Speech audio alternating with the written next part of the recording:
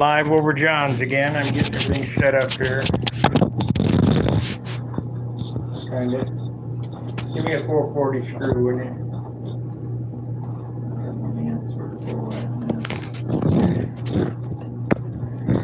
Crap. Get away with this for a second.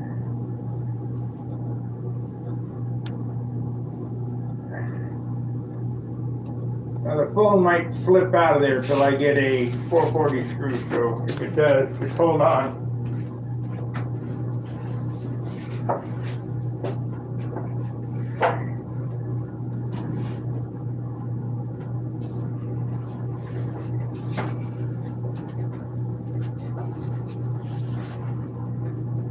What I need to do is put a nut on it so it stays in there.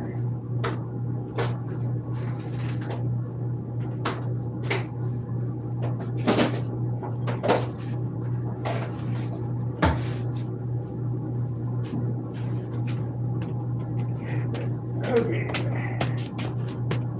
We got one watcher already, that's a good thing. Yeah. Pull me a couple pieces of tape off that real quick. No, better not. Better not. Just hold it. Sorry about that. No problem. And get the microphone off the floor. Can you guys hear us okay? Can you hear me now? Let's see. Got to go on. Like so.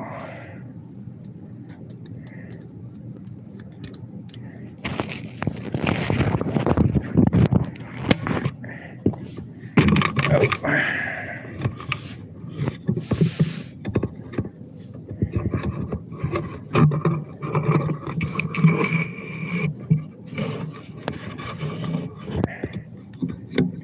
This is the phone setup. This is not my professional rig, so gotta do what we gotta do.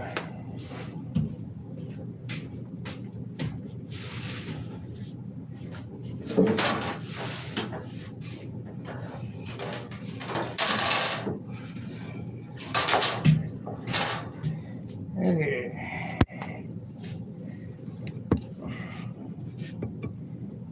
Probably gonna knock that off, but oh well. Okay.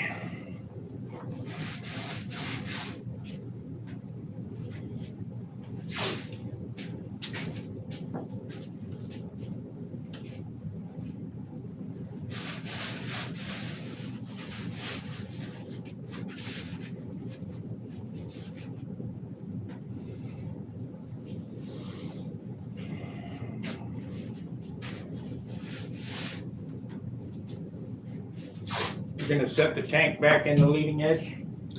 I don't know, I haven't decided yet. Guess it depends on how long I make the fuselage. Probably should. Move everything back. I can only move it back about that far. Depending on where I put the belt. If I put the belt crank about a 1/4 inch off the back of the spar, I can only set it back in there about 1/2 inch, 3/4 of an inch maybe. You can go, this right here can go back all the way to right there if I wanted to. Well, yeah. And it really doesn't make any difference where the pivot. Yeah, okay. Yeah, it does. Yeah, I know it does. And I want the pivot point on the balance point of the wing as best as can be. Pointed tether is not out here, it's over there. Well, yeah, it'll rack it. You can't tell Brett Buck and those other guys that. It'll rack it. You just hang it. Yeah. You can see it.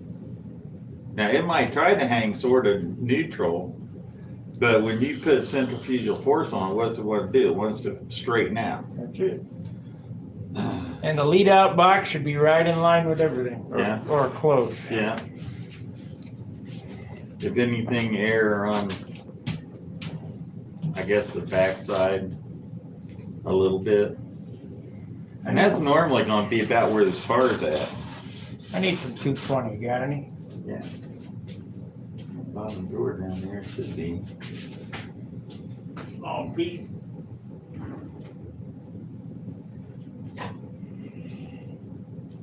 It's 150, but this will work.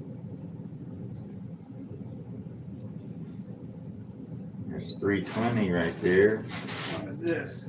I got 320. That's a 150. I'll just use this. I just want to knock off the superfill. What happened was I don't know if you watched that video, I was doing this and explaining and really not paying attention to what I was doing. I got a little thick here. Yeah, that's a bitch. I don't like putting that shit on there and thicker than what I mean. I'd rather put on 2 or 3 coats of it than put it on too thick and have to ramp down through it.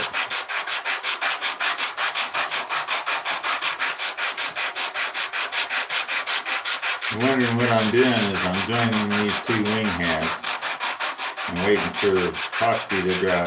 5-minute epoxy. You can't do that.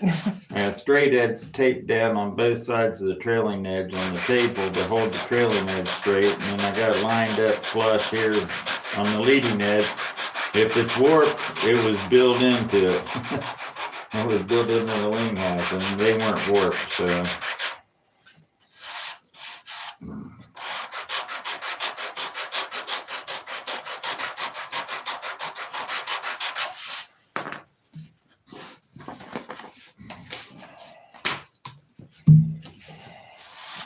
Did you see where I told them guys that this area right here is the hardest part of the wing to do? I did what I was listening to. I don't normally watch it. I just have it playing in the background. So I'm down here building this.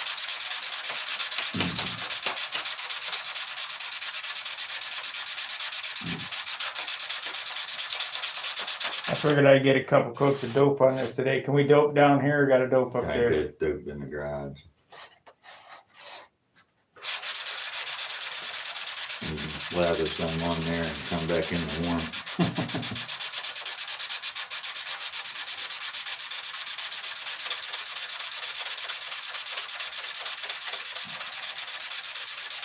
I'll see if I can find that jet tissue. I know I did not take it back to St. Louis. I know I didn't.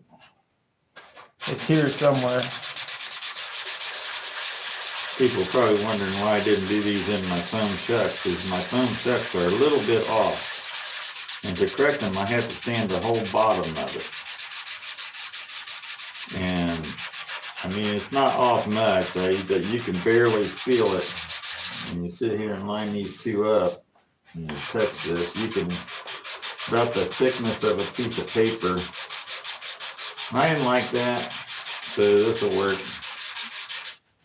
More than one way to skin a cat. Some guy was on Facebook or something complaining, well, I don't have the room to do anything. I said, man, why don't you just watch some videos on Sparky's videos? He's doing it in a motel room. I said, I got a 3rd bedroom that's bigger than his whole apartment.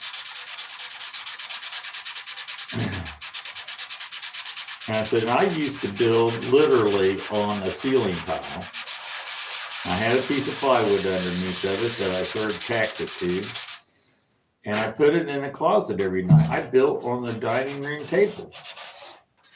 And to keep the kids out of it and stuff, I put it in the closet when I wasn't working on it, and it sat in the corner of the closet until I got back to it. Yeah, that's another reason why I do these videos about it, because the excuses are, I got no room, I don't have time. Yeah. Well, Time an hour here and an hour there. We'll get an airplane built, but you can't sit there and stare at it for an hour, which I know a lot of guys do. I've done it. I'm guilty. Try to reinvent the wheel, and you sit there and you look at something and you look at it, and you look at it, and you say, well, how can I make this stronger and lighter and better? Well, chances are that stuff was probably already done at one point in time. Some guy sat down there in his basement or garage or wherever and, literally stared at the thing for hours on end.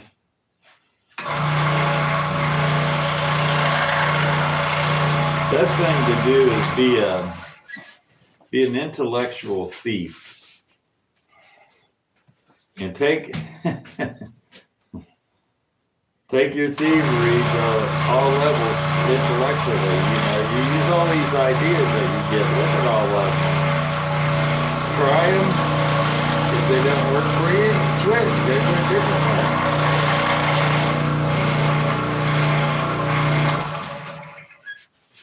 This wing right here, I haven't been down here every single day for a month working on this thing. I started this wing I started the core last Saturday. So a week of fiddling around. I cut a core. I made a kit from the core. And I built this wing in a week. And that's not a kit. It's scratch built. Can you guys hear us? We haven't had any chatters in here.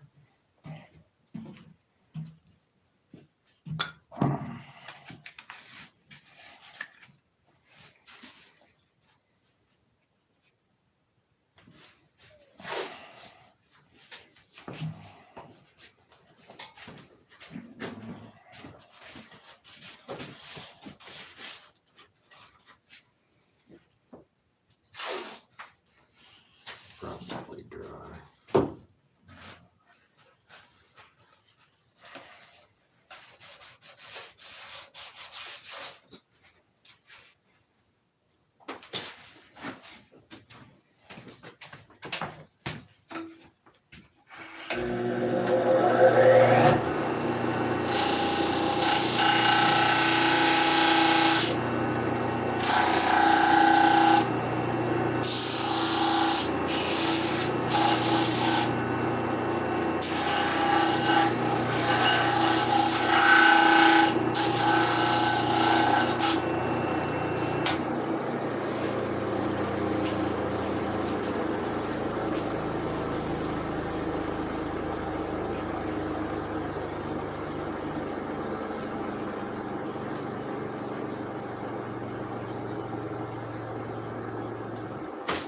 Okay, back to sanding blocks. I get asked all the time. I'm over John's and it's on the picture good.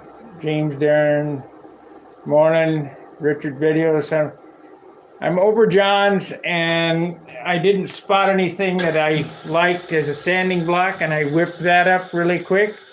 Notice that the corners are rounded so I don't dig into anything. Yeah, and little rounding to those corners is just phenomenal. See, I found this thing. I don't know what it was ever for. It looks like but a clock. It was cut at an angle, had a little handle like on it. And I don't know what it was for, but I found it. They were little blanks sitting in a thrift store. And it was a penny. It's a clock. Part of a clock. A ship wheel. Why is it cut at an angle? Because it probably pokes down into the wheel. I don't know, but there was a box of all different things, and I just picked this up and said, that looked like a good little thing. And I use this thing more than anything. Just a dowel rod, basically, cut at a sharp angle, and you can get down in there and work little spots, or you can do a round section on the back side of it. Next time you find those, buy tubes. Right? In that box, I found a bunch of like handles for files that were just rough with no finish on them. And I picked up 4 or 5 of them, and I got 2 gallons of red here. I'll fill in that first. I get it covered.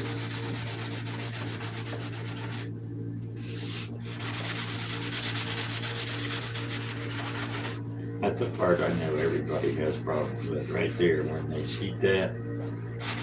They try to put it in multiple pieces on the wing. I do it in one piece. Do it in one piece. It's easy. Do a front half, do a back half, let them overlap in the middle, and take a razor blade and cut right down between the 2 of them, and it'll fit perfect.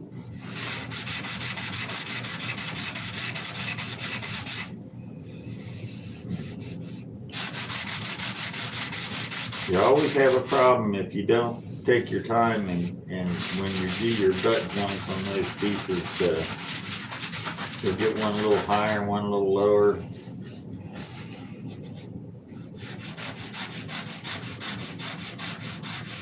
I normally don't super fill before the covering, but I don't know why I did it this time.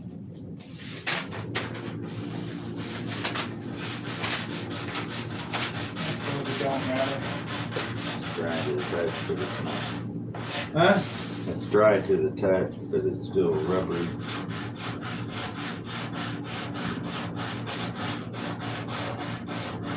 Maybe these wingtips. Not nice.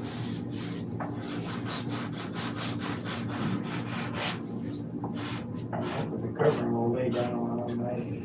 Probably have it right here where it'll flatten out. You want to suck in.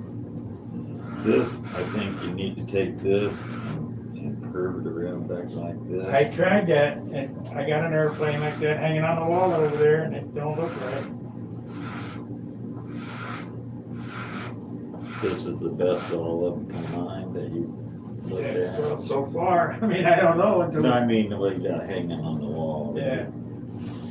We'll try it. I mean, outside of a solid wingtip is actually the best. There we go. Yeah.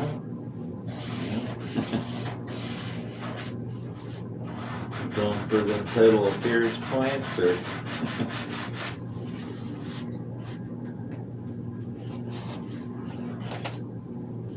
Ease the covering. Ease the covering of solid wingtips by all means. Certain wingtips lead themselves better to covering than others do. Most of the time they'll have a pucker, normally somewhere up around the front. I'm gonna have to work on this after the covering's done too. Put the super fill in it and cut it straight. Bitch. That's why I was wanting to do those things where I could put them hinges in last. Yeah, I don't like it though. Get to thinking about that. There's not enough closing area. That little sliver of plywood, you know, working up and down. This wire can't come out because the end grain is this way and it goes the whole length. So the little plywood, it could work itself in there. Well, I hardened all that up with super glue before I did the final assembly on it, wherever that pin was going to lay in there. We'll find out, I guess. Yeah. I got an airplane with it like that. I didn't do the overlap here on the trailing edge on this airplane like I did the one Overlap. where I let the sheeting overhang and let that flap recess into the Oh. trailing edge. Yeah. I didn't do that on this one. We still haven't tried that yet. No, that's fun. They haven't flown.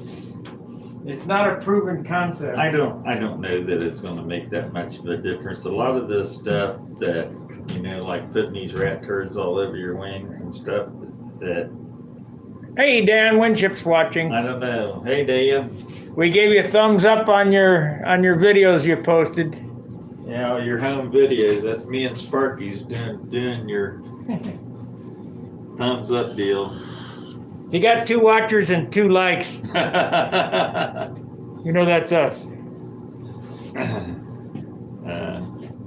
Just joined these wing halves here and they're sort of drying.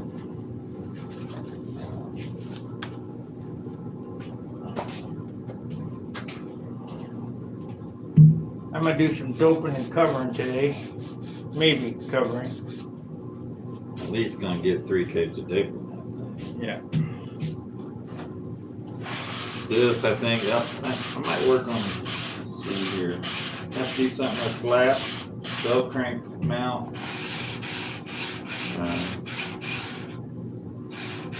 Wing tips.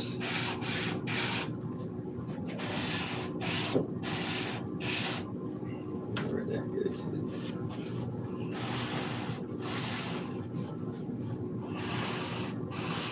John still hasn't learned his lesson. He's made his cap strips 1/4 inch wide instead of 3/16.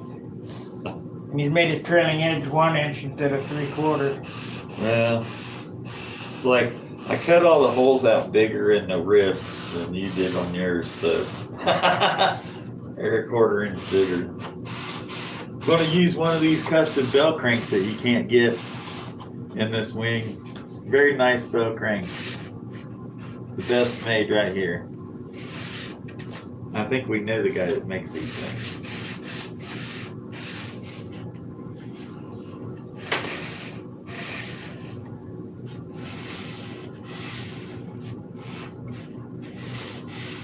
Dan, I know you're probably questioning this. Why do I got this wing propped up like this? Well, for one, it's between 2 stray dozers on the workbench. You probably can't see the other one. This holds it straight. The glass is flat. It lines all the trailing edge up, and then I just line the sheeting up here on this leading edge. What happened was my foam cores, and I said this earlier, my foam cores are just a piece of paper difference in height where they butt together in the center, and I didn't like that, so I can get it more perfect right here on this alignment, doing it like this. It'll work. It'll be fine. Like Sparky said, you know, I know we said this before, but we'll say it again.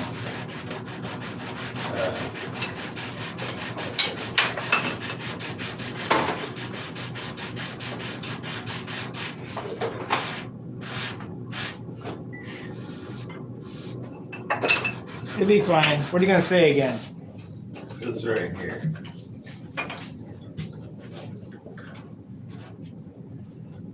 This right here is a box, obviously, of all different little jigs, sanding blocks, the leading edge, sticks with sandpaper on them, sticks to sand square grooves, sticks to sand recesses for hinges at different sizes, another different size things. There's even another one, a T-block, like with worn out sandpaper. Here's an inside of this outside. That's a voodoo leading edge where I made my own leading edges and stuff. Inside and outside. All these are just little sanding blocks. Just there's a big wide 16th inch thick, big wide groove. There's one 16th inch thick, a little bit different. Another one, all sorts of these little things. Here's a specialty one. It sands 2 things at once. This is for Sparky's hinges. It sands the little slot for where the hinge goes, and then it sands the recess up here where the pin goes. And that's not thick enough, by the way. That should be 3/16. Yeah, I found that out after making this. It's in the box, but if you need one, it's in there. You know, all these little sanding blocks. Here's just a little triangle I made that you can't take a square when you're building a tapered wing that's tapered from tip to root. You can't use a 90-degree square to true your hinges up because they'll all be tilted as the tapers. So I made these up, which aren't 90. They're just ever so slightly off that I can put on the foam core and align my ribs up to where they'll be 90 when I need to. Just a tongue depressor with sandpaper on it. Round piece of aluminum tube that has a piece of sandpaper wrapped around it. This little thing, a little odd shape. I needed it somewhere to get in some little funky corner. That was a nobler tool. And made that thing with a round cardboard tube. Just hundreds of these little fixtures. There's one with a weird sort of shape to it. When I make them up, just throw them in the box. Here's one with a stick with a flat surface, so I needed to get flat down into something that was sort of deep. I made that little thing. Just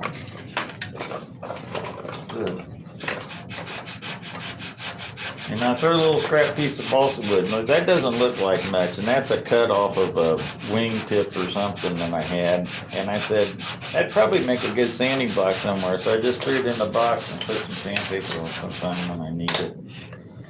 old shin shingle.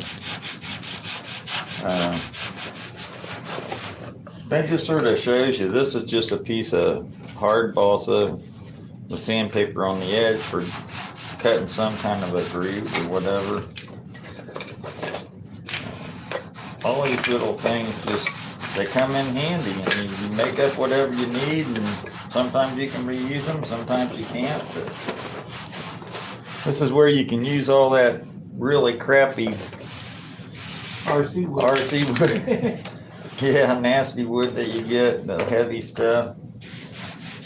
Here's one that's got a guide on it, so you can put something inside there, and if you're sanding on a stick or something that fits down in there, use that for a guide.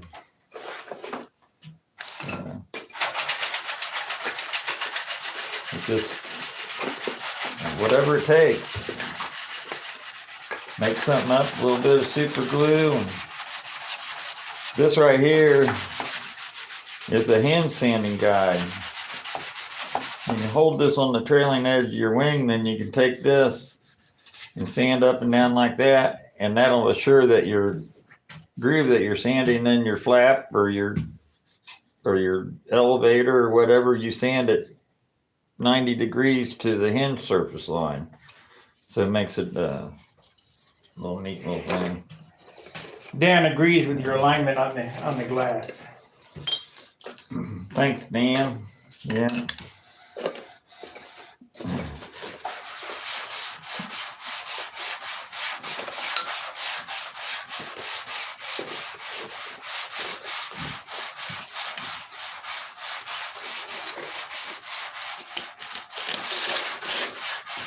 That's just a piece of maple with a half by half motor mount, sandpaper on one side of it. There you go.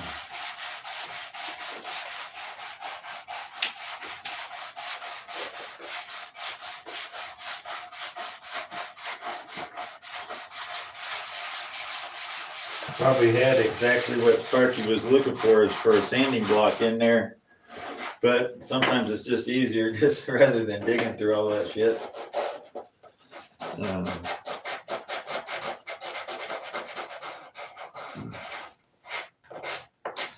This is an SV wing, by the way. SV 23. Wing. SV 11, 23, 22, Yeah, they're all the yeah, same. they're all the same. One big difference, SVs aren't made with wing-mounted landing gear. This has wing-mounted landing gear. This is on the other side here. I've already got them done. The covers are on them. We'll have it out of here in a minute. I want to let this set pretty good. The epoxy's still, it's dry to the touch, but it's still rubbery, and I don't want to move it until it hardens up.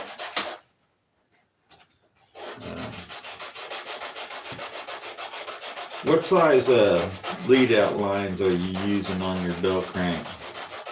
32 thousandths? I don't know, 80-pound test fishing line. Steel leader. 21 thousandths maybe? I don't know, it's, Mike,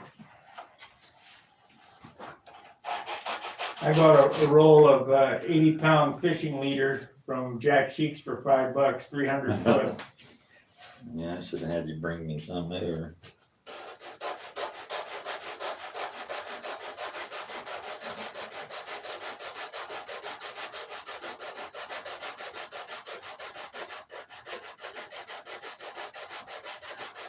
This caliper is sort of Jack had a bunch. 32s. Jack had a bunch of stuff in the box. Everybody was overlooking that stuff. I said, "Hey man, I'll take that." Because nobody builds. Yeah, nobody builds at all. They all buy arcs or arcs. I got this stuff, which is 1/32 1x7 stainless steel cable. But it's a little rougher. I've been using it. It's not quite as smooth on the outside. It's a coarser wire.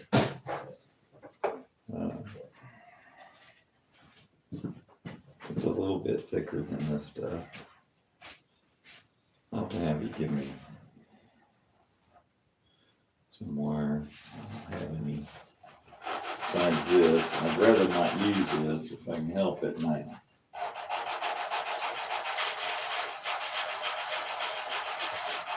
don't even know where I got that. Somebody gave it to me.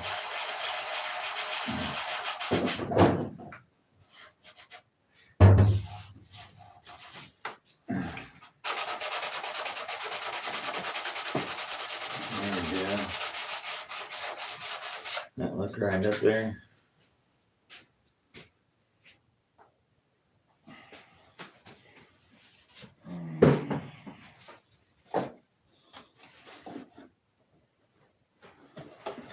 Or would this one look better?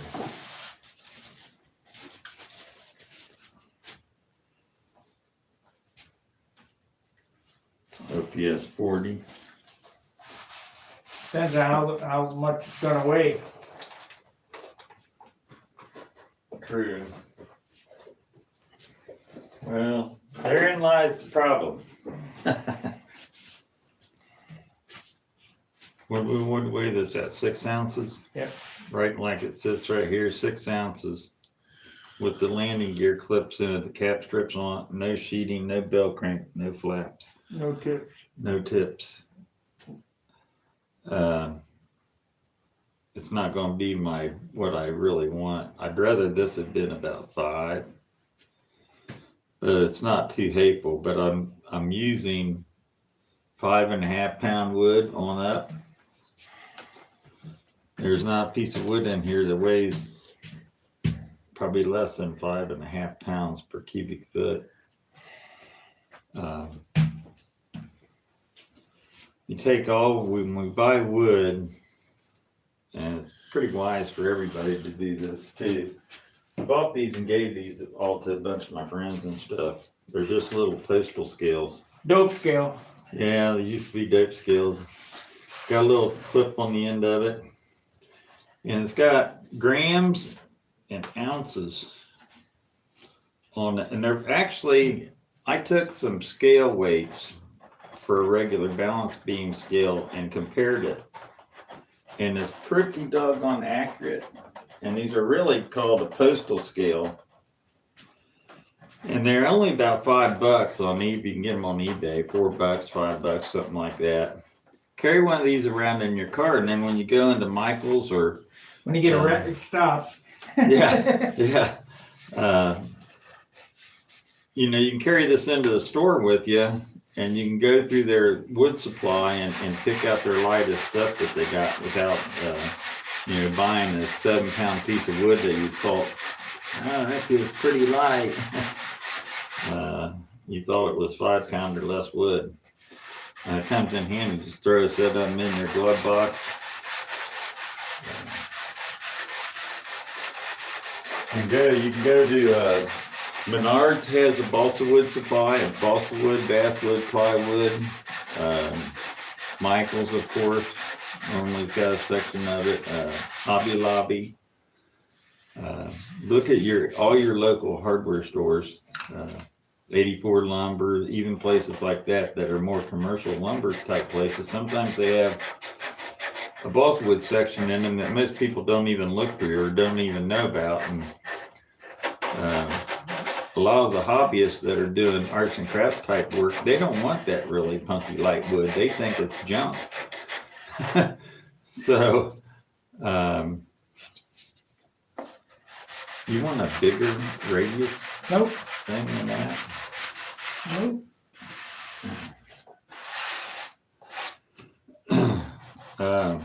But yeah, go to all those hardware stores like that and look for your wood. You can get a piece here, a piece there, whatever it takes. Just collect it a little bit at a time. I picked up a couple pieces. Here, we can take an example here, maybe. If I got it.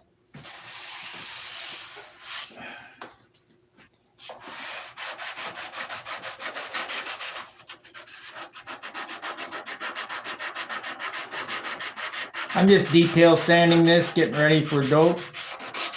Be doping this here this afternoon. Or maybe not even this afternoon, probably shortly here. Oh, I was on the.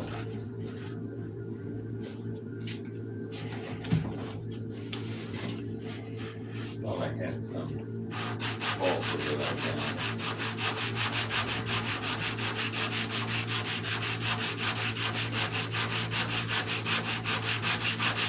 I'll give you an example here of what I'm talking about. Although this is basswood, it normally comes in a plastic wrap like this, and you get 1 or 2 or 4 sheets of. Why don't you use that as a spar? I am going to. It's not. It's 3/32. It's not 1/8 inch. It'll work fine.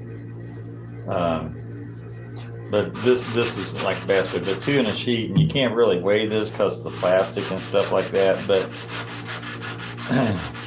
if you buy a package of this stuff that is balsa wood in it, and you get home, tear the plastic off of it and weigh the plastic and the rubber bands and everything that comes in it, just so that you know how to deduct from a total weight when you're at the store. Say that, what is that? Is this 3/16? 3/32. So it's 2 sheets. 2 sheets in this one, yeah. A basswood. If it was 3/16, you could use that, and then there's holes in it. You got a mill, you could mill it out, make a real trick. Oh yeah, I'm gonna make it a triangle anyway. I'm gonna make it long, taper out like this. Don't. Just like this one. See, I cut off the excess. Yeah. This will be a sort of a. It'll have a flat trailing edge, and then it'll go to the taper of the wing on the front out here to nothing, and go out.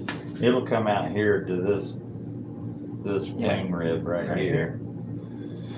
And that spans probably 4 inches out from each side of the fuselage, and it sort of tapers so you won't get a stress riser. If you just run a big wide strip down through there, at the end of it you get a stress riser. So if you taper it down to nothing, then that alleviates that stress riser.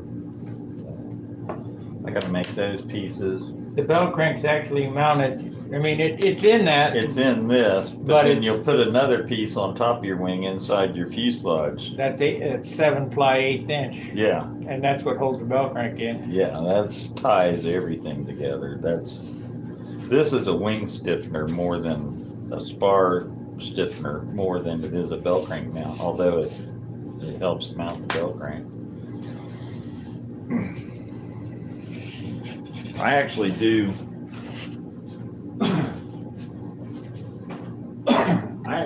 more than one mount in the fuselage. In the fuselage, when I make that little piece that Sparky's talking about, where your pivot point, your bell crank comes out the top of your wing, when you put your wing in your fuselage, then you're going to take a piece of 6-ply plywood about 1/2 inch wide, and as wide as your fuselage is. So it'll go between the 2 fuselage sides, can't move, the hole drilled right in the center, or wherever the bell crank pivots like that. And you'll glue one of those top and bottom on the wing after it's in the fuselage, and that locks everything together. You can't, fuselage, the wing won't come out of the fuselage that way, the bell crank won't come out, it's locked in there. And then I grind that post off flush with that piece of wood, which is normally 1/8 inch thick. And then I take a little round cap, 1/2 inch little round diameter cap of plywood or something, and I put over top of that and glue it on real good with epoxy. And that'll keep that pivot point from walking up or down in case it was to do that. It stops that for sure from happening. So, then I superfill everything inside. yeah, everything's got fillet around everything on the inside, the fuselage to the wing, the bell crank mount, the whole shebang. So it's all Tied together. bulletproof. This is the thing. I watched Sparky. He got mad at a pull tester over at the Nats one year, and the guy was giving him a hard time or something, and Sparky got tired of him, and he put a bunch of weights on the pull test machine, and we knew it was way more than what he he needed to pull, and the guy was arguing with him about it. So Sparky grabbed his airplane, just went like this, and dragged that whole pull test machine and everything, the weights, pull test machine and everything, about 5 foot across the ground. Well, that shows you just how much pull that these things will take. It ain't coming out. The lines will break before the bell crank will pull out. Yeah, so, I mean, the weakest link is the lines. Yeah, that kind of pissed me off. Loading that baby up there. Okay, motherfucker. Yeah, he must have had 100 pounds of weight on that thing. Wait a minute here. Now I got a 74 ounce airplane. I was pulling 45 pounds. And I don't ever worry about my control system pulling out. And the guys that are worrying about yanking it out the end of the wing, they're not building it right. I hold my fuselage side too. Some guys will hold the end of their wingtip, and I don't think that's accurate. Because you want to make sure that the fuselage is part of it too, is part of the pull test. And then when you put your hand on the wingtip and pull like that, you're not incorporating the fuselage joint. Where do a lot of planes vibrate and crack at? The fuselage joint. So I build it and I grab it and put 2 fingers around each side of the fuselage like this, and I pull it, and I pull 45 pounds, no problem. I'll pull wherever you want to. I don't pull. We'll hook it to the back of my car. Yeah. Let's see if we can actually pull a car with one. Probably could. Morning, John, Sparky. Anyone else? Hope everyone had a great day. That's Greg. And Christopher says good morning, and I agree with the alignment on the glass with Dan. So we had a few comments. As we babble along here on the typical Saturday at John's, we don't ever pre-rehearse anything or make a script or anything like that for, well, dang near anything that we do, whether it's Sparky's videos that he's doing at his place or when we come over here. It's ad lib, whatever we're working on at the time, you get to see the real life trials and tribulations, mistakes and all. This came out nice, under 3 ounces. Yeah, what's built up on that? Is it all built up? No, You found a piece of wood then, it's or a couple pieces of wood. it's built up here, and no, it is all built up. I got some wood in, and I remade it in solid, and the solid was heavier than the built up, so I used the lightest one. Yeah. Pretty, you can't build light without light wood. There's no way you can do it. There's a thing going on about this wood from China. And before everybody runs out there and orders this wood from China, be forewarned. Check the weight that they say that they ship it. The weight of the wood or the weight of the product, not the box weight and everything, shipping weight. I like my Australian connection, but it's still not super light. It's like the lightest wood they got is 80 grams or something like that. And if it's 80 grams the way they're talking about it, it's about 7-pound wood is the lightest. So I know I'm not accurate on that, so don't, condemn me for this, but I remember reading something about 80 something or another, whatever their weight measurements are.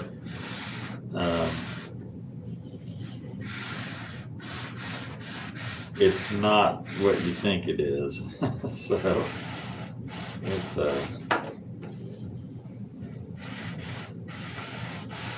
be forewarned.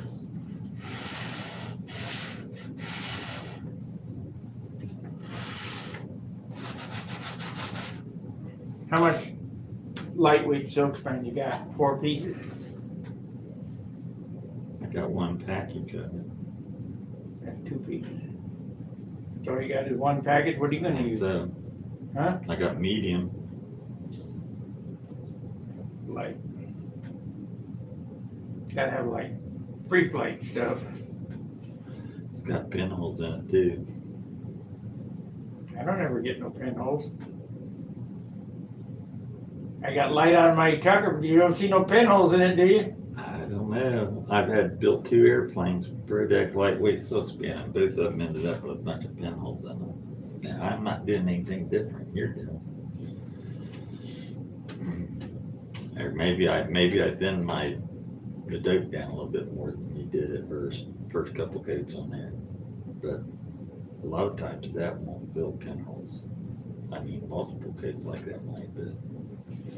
We just put some urethane on it. That'll fill it. Oh yeah, it's coated with plastic.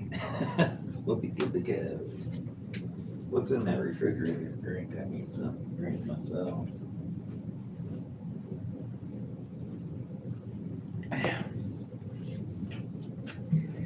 Well, I hope you're enjoying the hanger rash videos, and I hope you enjoy the Saturday at John's videos. John, can we get a close-up of the bell crank mount? Well, he hasn't made a bell crank mount yet.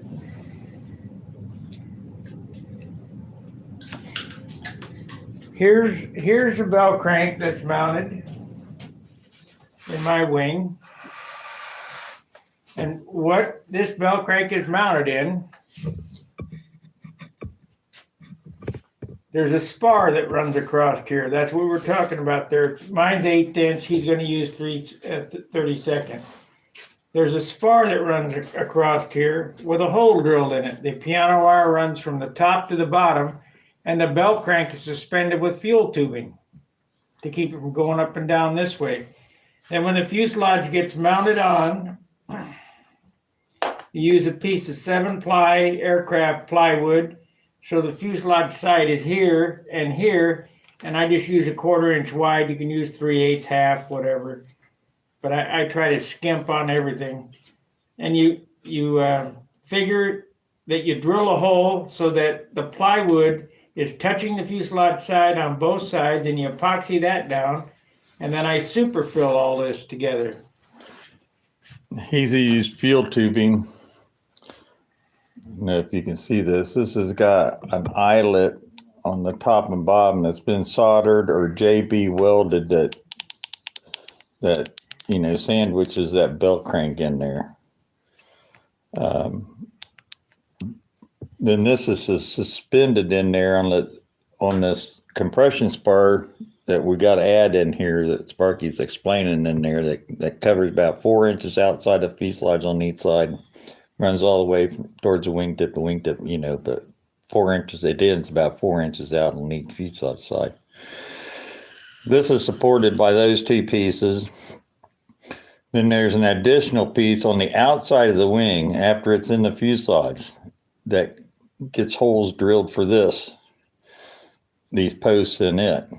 And so there's once this thing is put in there, you will not pull it out of that airplane without Pulling the airplane apart. pulling the fuselage off the wing, or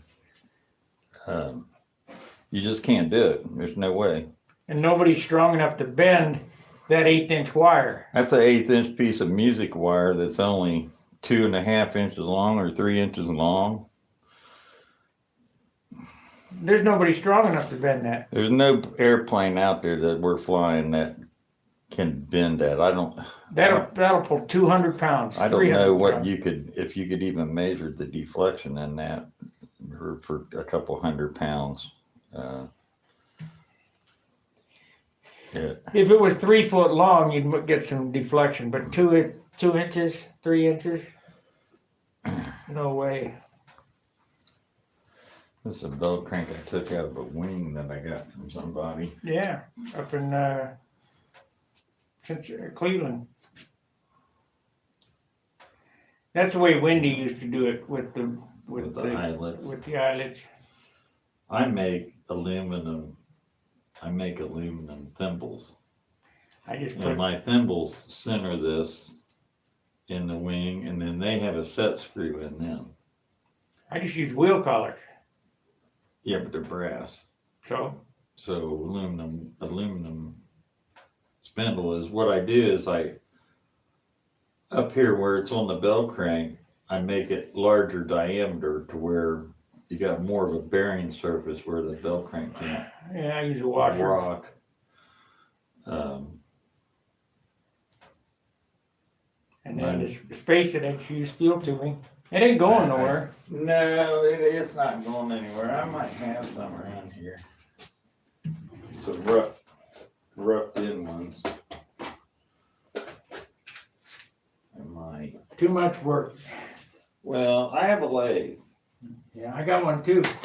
so I don't worry about it. It's my time. That's all it is. Here's one of them. This weighs less than a wheel collar. And it's just a little aluminum thimble that'll go over that wire. And it's got a hole for a set screw in it. I make these so it fits, relatively snug in there. Whatever, I don't know what airplane that was for. They normally end up about 5/8 of an inch or so. And put them in there. And that's about as light as you're going to get. And then I got a wider area here where you get a little wider thing or a fender washer or something. I don't like the fuel tubing in there. I was going to do that, and I got the thing. Well, it can rot, can, deteriorate.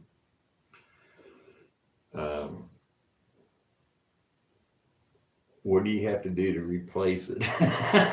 Build a new airplane. Yeah. You got to literally cut the whole airplane apart. Yeah, but I got airplanes that are 15 years old with that in there. Nothing ain't going nowhere. Here's another one I made, a little bit different, a little tapered instead of square washer little things. You guys probably I don't like carrying around anything more than I have to. Well, this weighs less than a wheel collar. Yeah, I bet don't. When they're done right, that other one over there, I know it does because I weighed it. That's what I used to think. And it, to me, I get as much enjoyment out of building these things as anything. So spend a little time on the lathe. I get a little metal lathe time, which is fun to me. What happened to my sandpaper? Did you pick it up? I don't want it. Had a roll of 320 sandpaper sitting out here. Right there. I brought it over here. That's what I did. I brought it. Okay. We'll figure this out one way or another. But anyway, this is still a little rubbery, so I'm sort of letting that dry. Can't pick up my wing and do anything on it. We'll see about still pretty flexy. And dig out some wood for something.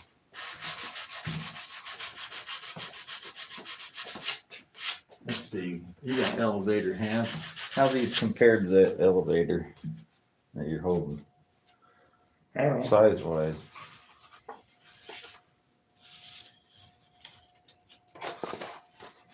So I got these already built. That'll work. It's a little longer. You got more area than I do. On the length, but they're a little shorter in cord, about 3/8 of an inch. Yeah, they'll be fine. Already got these built, might as well use them. They came out wrong for something, some other project I was working on. They're all built up, they're hollow. 16th inch balsa wood on the outside and 3/8 by See what half inch leading edge. See what it weighs. 3 ounces. No, it don't weigh 3 ounces. Yeah, but it will when it's done. I just weigh 1/4 ounce. Or and that's got a horn clip on it and hinges, so 0.4, those are 0.6, so these will be about comparable with those.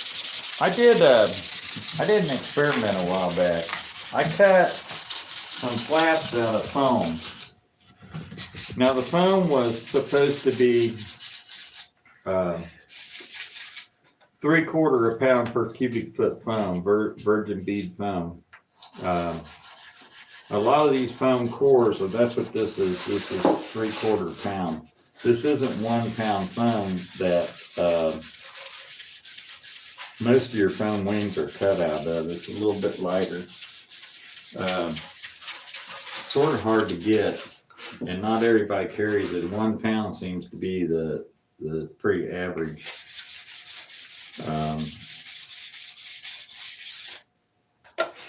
I bought the stuff because it was lighter, and it's every bit as sturdy as 1 pound foam. I can't hardly tell the difference. And you put the two pieces side by side, and there's not, without weighing it, you can't really tell the difference. So any of my foam cores that I've been making, I've been using that stuff on it.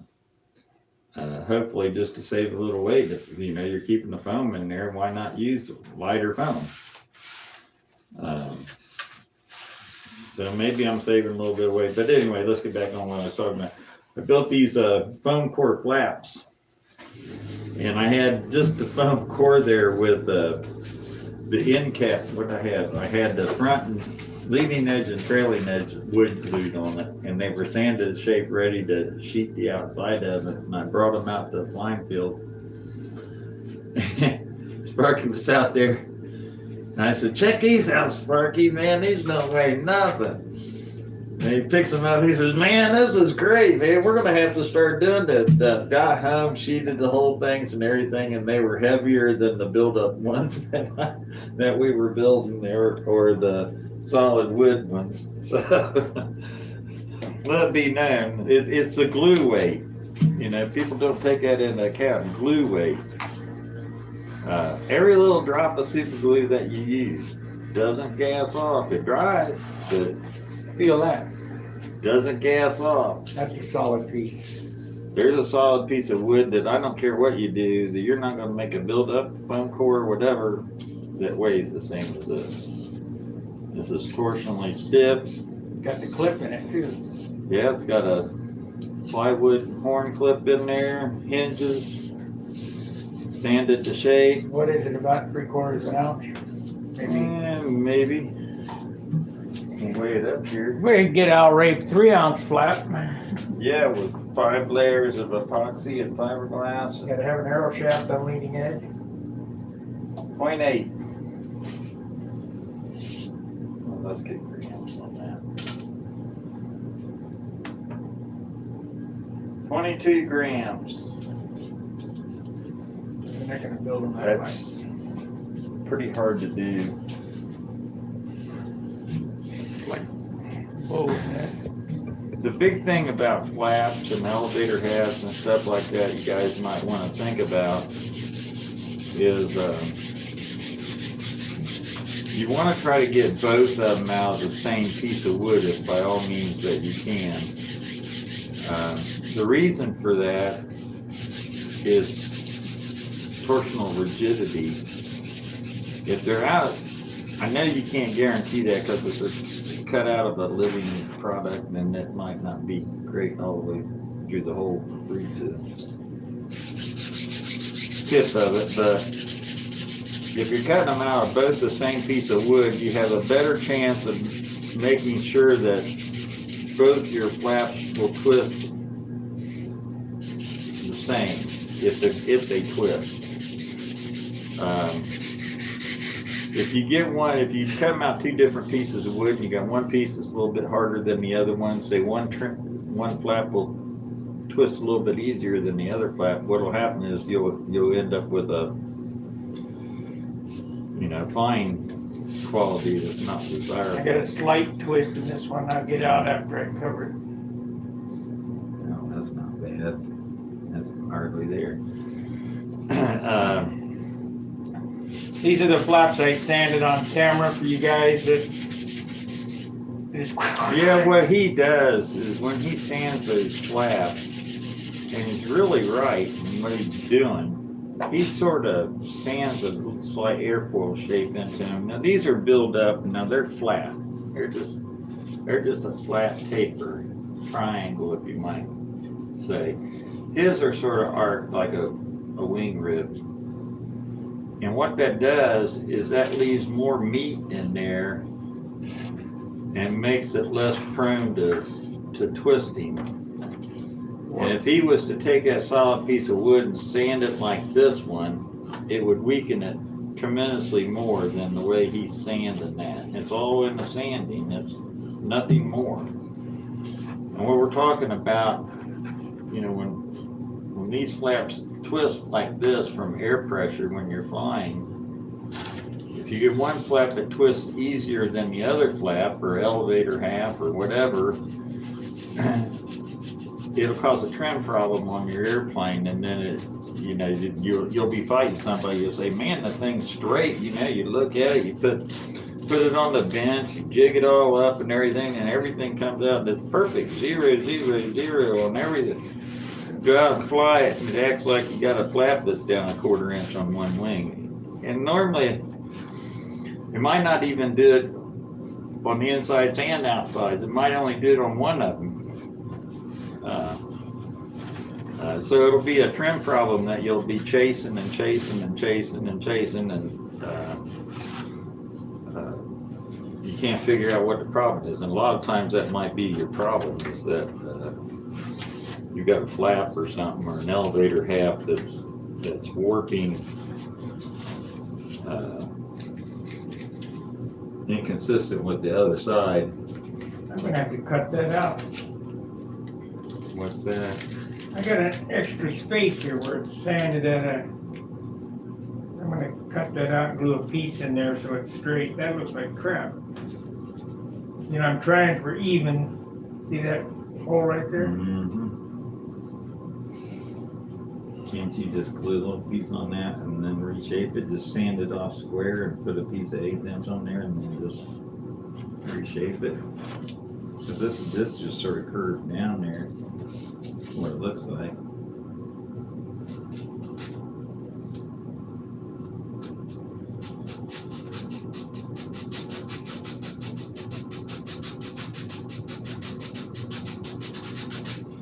Give me a scrap of 1/8. Probably 3/32. Let me find it real good.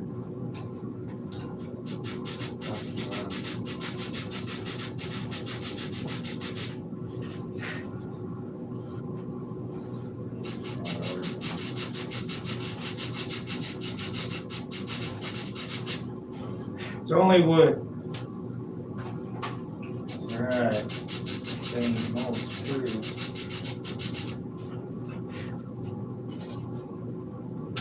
I think same that.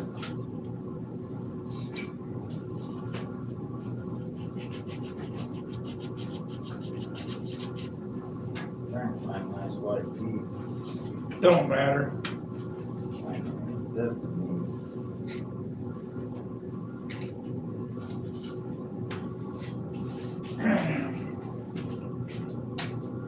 The size that this is, it could be 10-pound wood. It don't matter. yeah, but it'll sand here. Here's the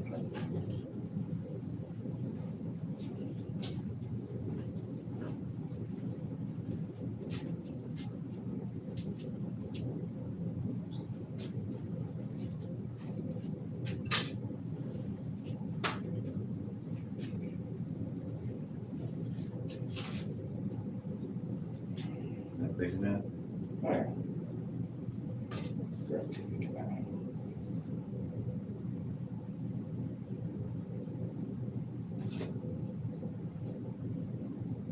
They're dropped from CA. I don't like push it together.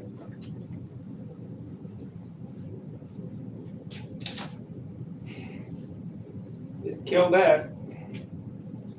So, You wanna take a bigger piece? this is good. I just need to flatten it out. Oops.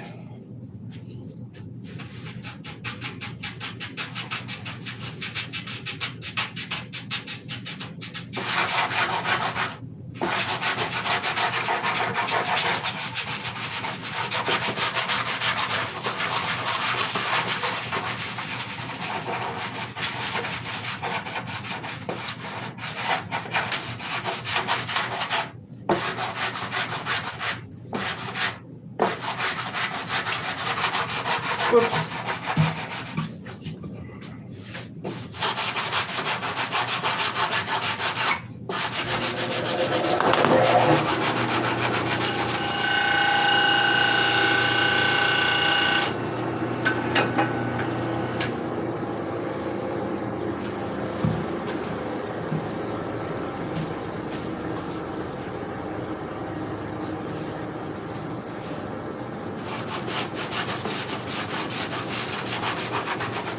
Still gonna need some super fill on here. Get it to blend.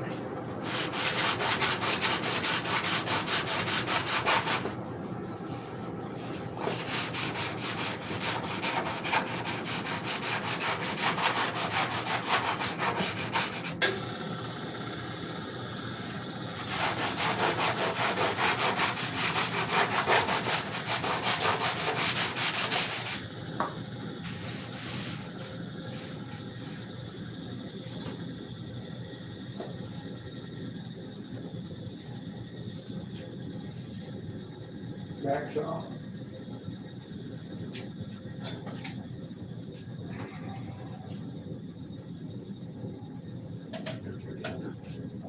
Get so much in it.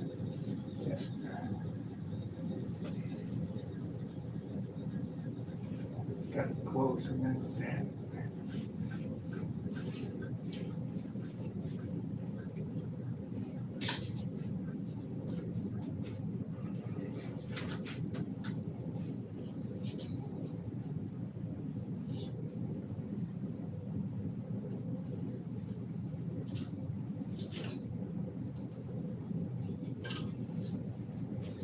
Okay. Got that.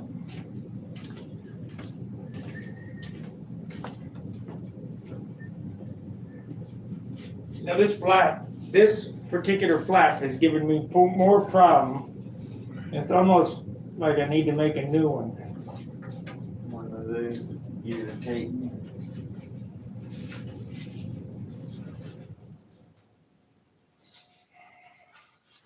Oh, I found that flap. Yeah. Oh yeah. There's the flap that I took out there with the sheeting on it that I cut. And it like boom, and this feels really nice. Got two different ways of doing it.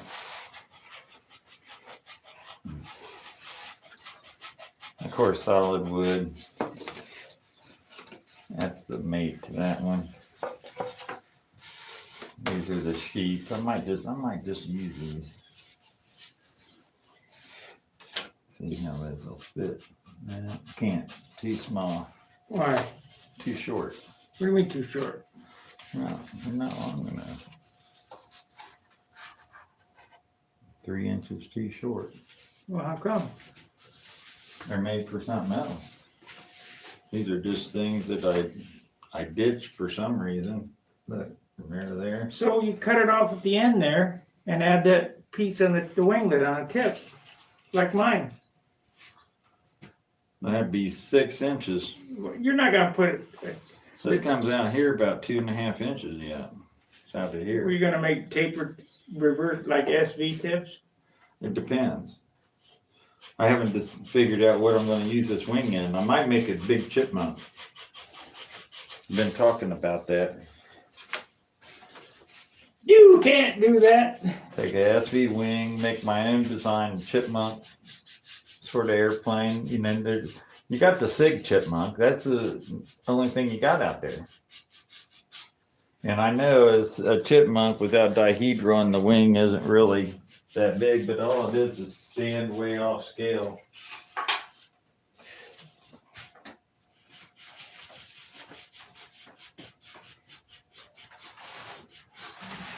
Make sure you guys like, subscribe, and share the video. Super chat, super sticker. I started working on t-shirts last night. See, here's some I cut. I was trying to do just even a little bit different. Yeah, but I don't think these got enough cord on them. Yeah, they do.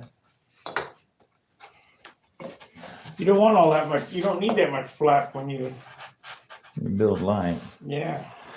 But these I cut with a rounded leading edge on them to totally sheet Cool. the whole thing. It's set in a block for your hinge. Yeah, You're gonna use my but hinge. they're all cut just for that.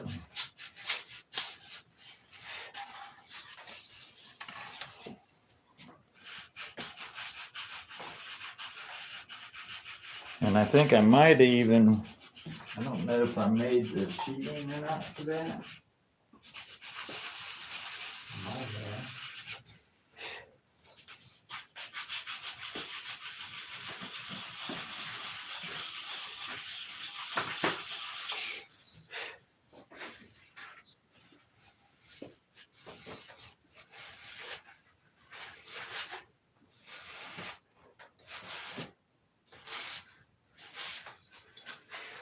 Let's see if, yeah.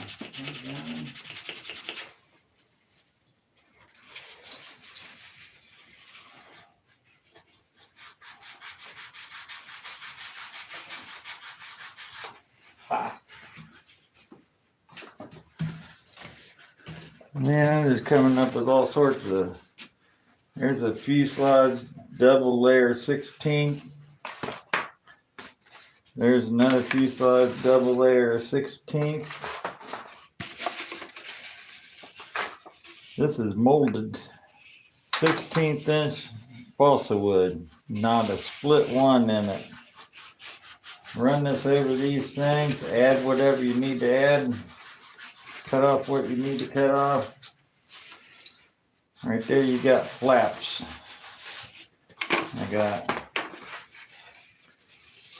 I got 2 pieces of 16th and I got one molded out of 64th, 2 layers of 64th, which might be stronger than this 1 layer of 16th. But it shows what you can do with 16th, and I do not use ammonia. I don't use ammonia when you're molding your wood. If the wood doesn't go around the mold, you're using the wrong grain wood or too heavy a wood. This is 16th that's molded in. That's about a 3/8 of an inch. I think I used a piece of 3-inch aluminum rod. And I glued a piece of 3/8 inch wood onto that rod, so it's just a flat plate. And this will sort of, I'm worried about it closing up because it'll close up on itself. But just form the radius nice and straight, and just soaked in warm water or hot water, as hot as you can get out of the tap. And I got a pan that's for a wallpaper pan. Putting wallpaper paste on your wallpaper, and what I did was I used that to soak my wood in, just about the right size. It's a little bit small, but it's close enough. And I just fill that full of hot water, and I put my balsa wood down in it and let it soak for about 5 minutes and pull it out and just dry off the excess water, and I wrap it. You know what we still haven't done? I have a steam generator in my closet. Yeah. I've not had to steam anything. I don't know. I could always add a piece to the back of this, but I don't think I got enough. You got plenty there.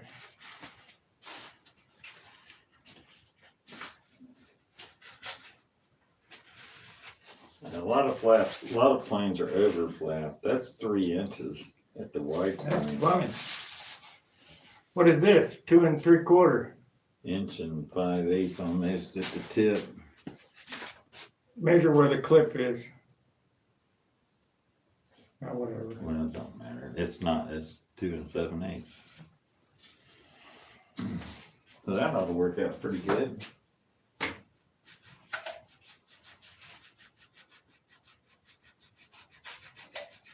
See, a little bit at a time, all this stuff that you set aside for some reason come into play.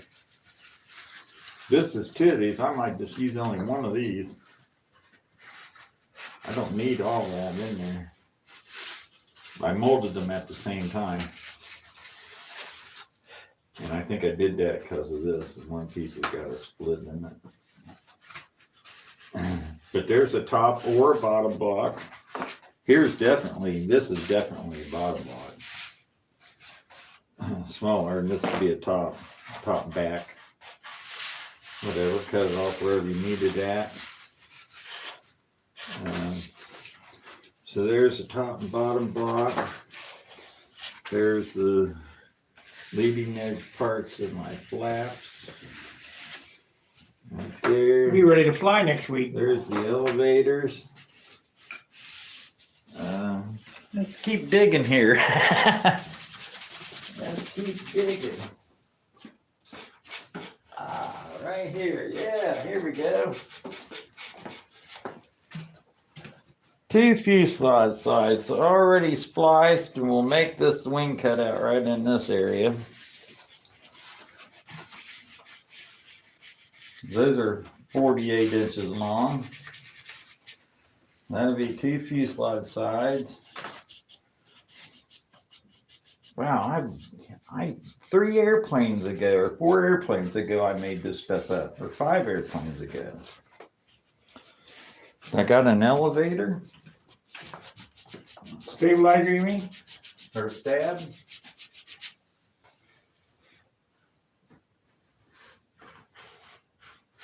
All sorts of molds.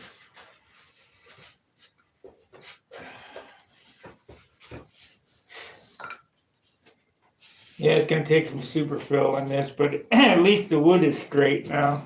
Here's some you guys can look at.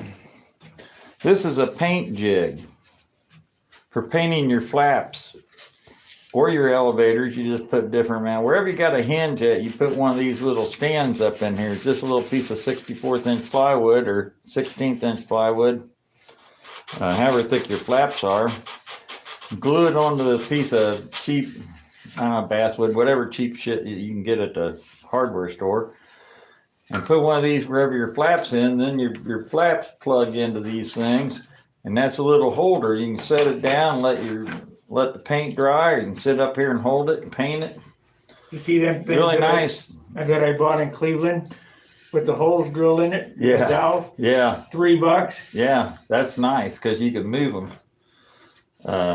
I was going to actually make some permanent ones of these where they were like that, where these were in a slot where you can just move them back and forth wherever you're hinge and line them up and then snug them down.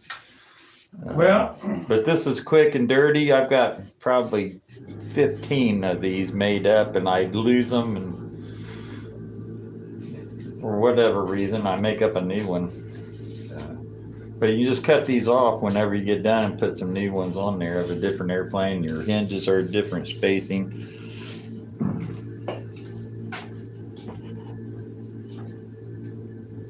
I'll get a little super fill in this to clean it up, but that really made the gap a whole lot nicer. So what I'm doing here is I'm paying attention to detail.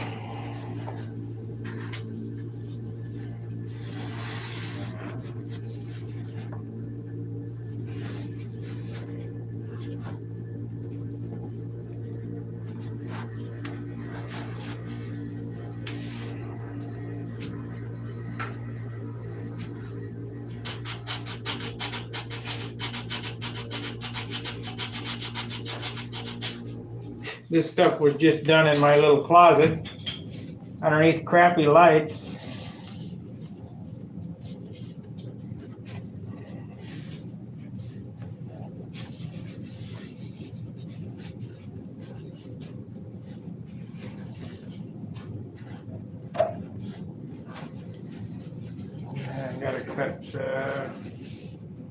I gotta go 1/16 of an inch more there. Get up something to mark it with.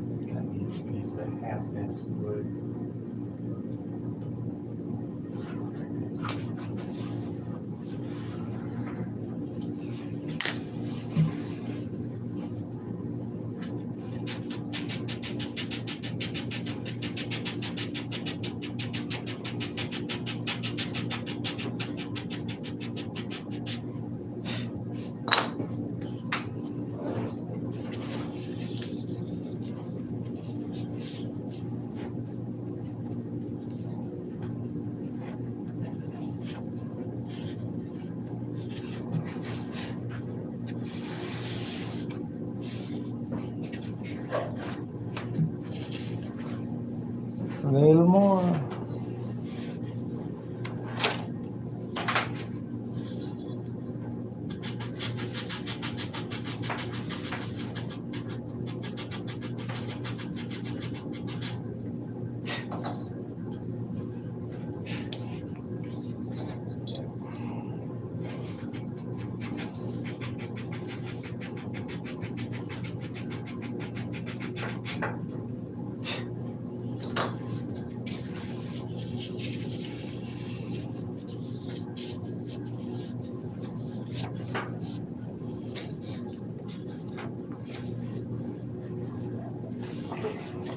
Is this big enough to get a stab out of? Half inch. Get it out of there. You just have to glue it together. This is 4.3 pound wood. It's straight. Gotta check that out. Well, it's real straight. That's amazing. That's nice. There's a stab. 4.3 pound wood. There's the cores for the flaps, the elevators, stab, fuselage side, top and bottom block. Be done next week. Oh yeah. I work 24 hours a day, 7 days a week. Let's see here.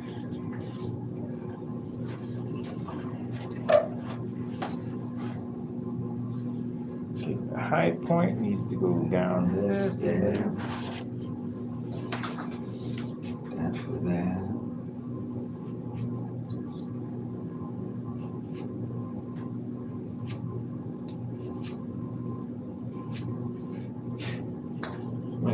It'll come together real quick.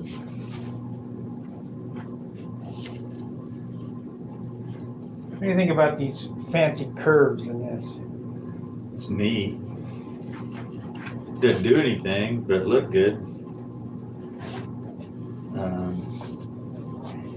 Is that a Tom Warden thing? Yeah. Gonna have great big fillets in the front too.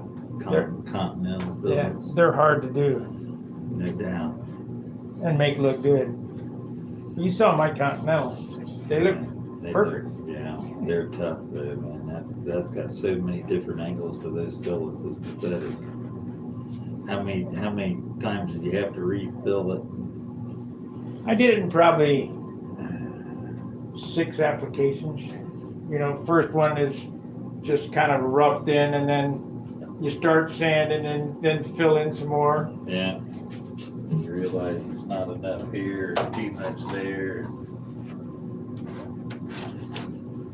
But the hard part about this thing I'm doing here is getting this curve to match. You know, if you just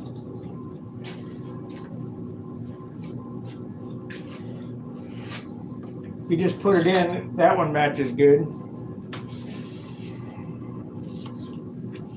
And it's a matter of on and off, sand a little. You know, what are you gonna do? Exactly.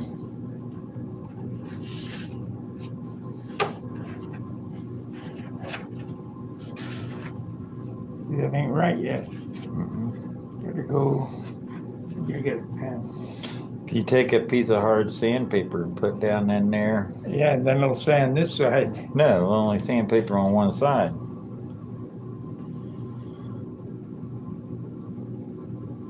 Well, when you're that fine and you're cutting, I don't cut when I get down that fine. I just let it. I sand it. Well, I'm gonna sand it. It's just I want a mark on it where it gotta come off.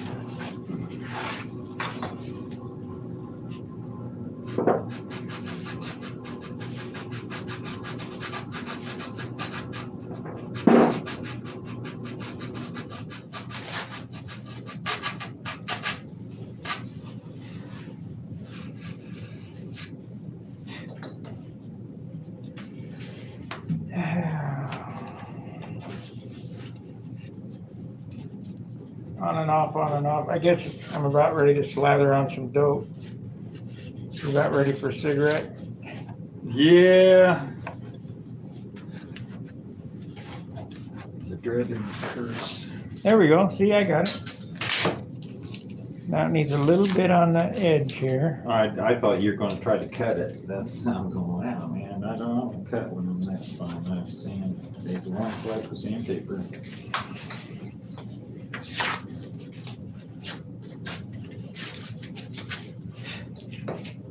It only takes 1 or 2 strokes of the sandpaper and then you're screwed. Yeah.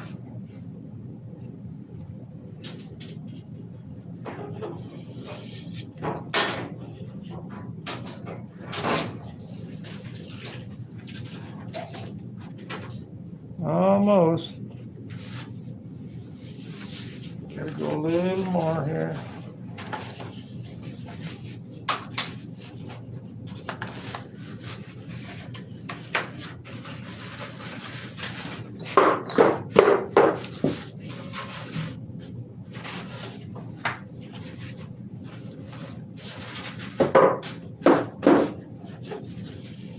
Yep, you'll be ready to fly it next week. Get all them parts ready made. Perfect. Maybe a little bit more on that.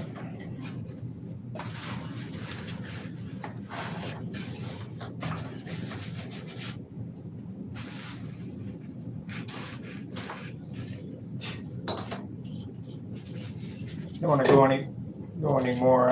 I'll be sanding it short then. Yeah, you gotta watch out, no wind to say when. There's that. Stab. See, that turned out good. Look. Second. These sides.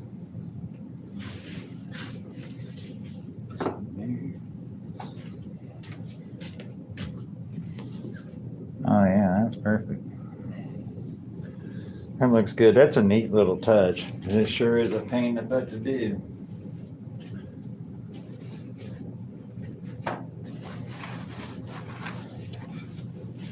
So put all that shit on the scale and that'll tell you what the airplane's gonna weigh. Yeah. I'm serious. That's what I do. Well, there's a lot of excess in all that. Yeah, but you're missing a lot of parts. That's true. This probably is pretty close to what the airplane will weigh right there. Or as far as parts and pieces, and most of it's here, because what you're gonna everything- cut off of this is gonna be put in bulkheads. Right, put everything you got, all this stuff on the scale, weigh it, and then I'll tell you how much your airplane's gonna weigh. We'll do that. Put the hard piece on the bottom.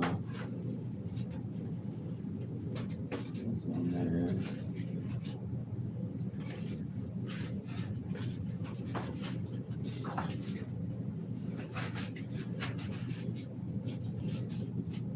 Balance that up there on top.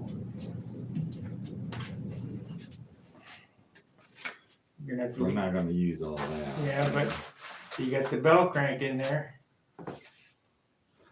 That's true. Landing gear, bell crank. All that stuff right there should be about 19 ounces.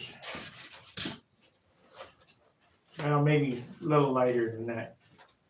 With all that stack, or the wing too? Yeah. You're gonna need your foam block.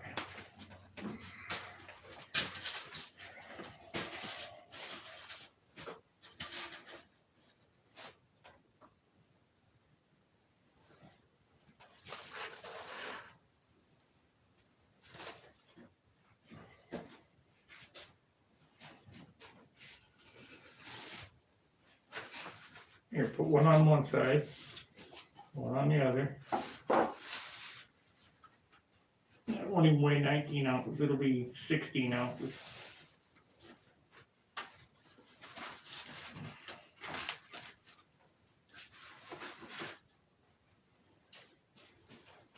$113.9. Okay, what is it in ounces? Stick this on there. 16 ounces. Yep, 16 ounces, 15.7 ounces. So 16, 17, 18, 19, 20, 21, 22, 23, wheels, 23 and 22. I'll just do it that way. 20, you gonna run a pipe in this? I don't know yet. So you could, with this airplane, possibly hit under 50 or 60 ounces, depending on what power plant. Might put a Super Tiger 60 in it. You definitely under 60 then. Or an Enya 61, it's about the same. As long as you don't, urethane it. I don't use everything, so. And you could feasibly hit under 60 ounces with what you got going here.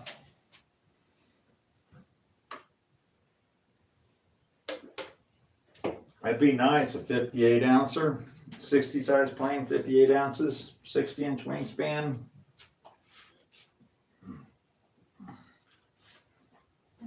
Yeah, 15.7, look here. Here's the landing gear wire. 3 ounces.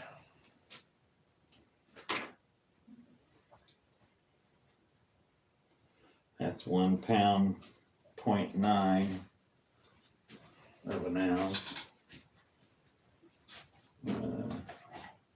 Yeah, there's 3 ounces there. This is a heavy pipe. This is a real heavy pipe.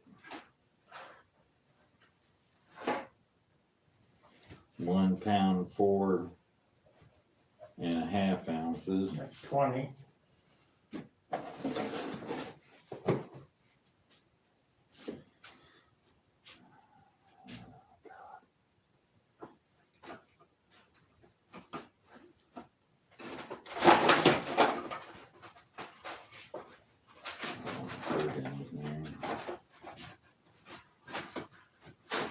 Have this piece. You have these pieces. Put your engine on the wing itself so it doesn't.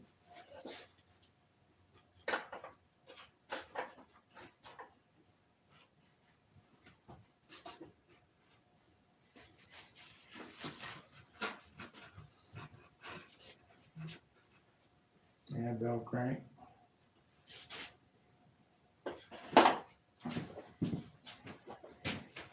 It's 32, 34, 35, 36. Gotta have a fuel tank. It's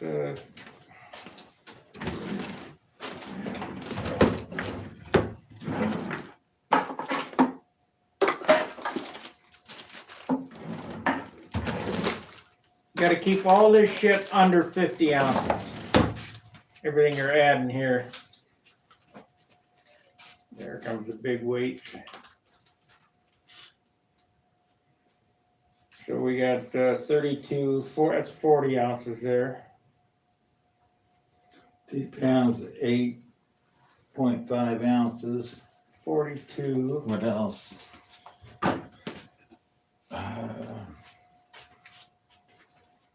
Tip weight box, lead out guide, and lead, some fuel line.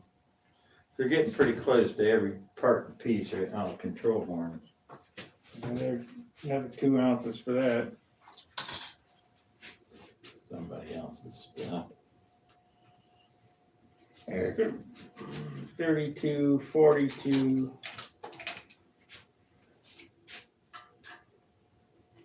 That's 42 still.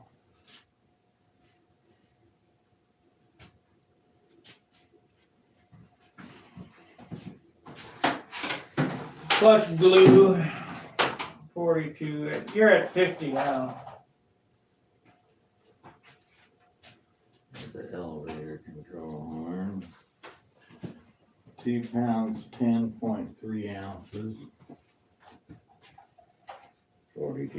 You're at 50 now with the glue, the epoxy, and the doublers and the cowl. And you're at 50 now. Yeah. So grams.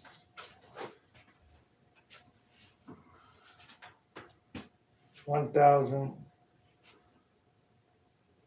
199.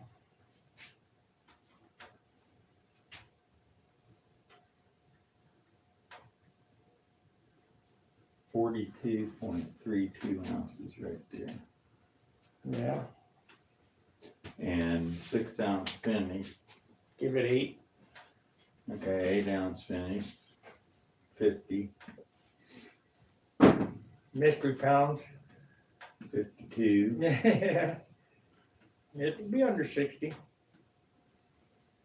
I mean, you got glue weight for. I think I would run a that super stuff. tiger to make sure that you were under 60. I got a Enya 61. It's heavier than the super tiger.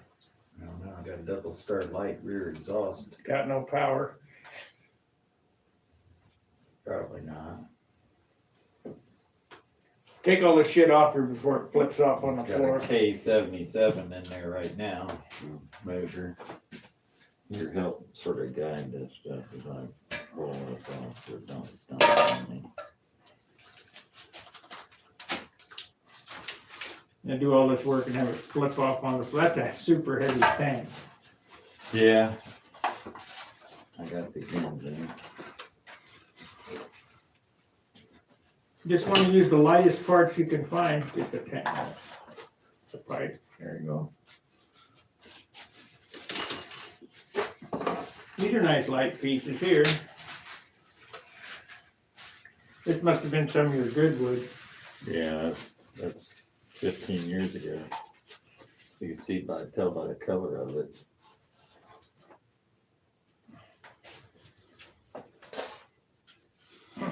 So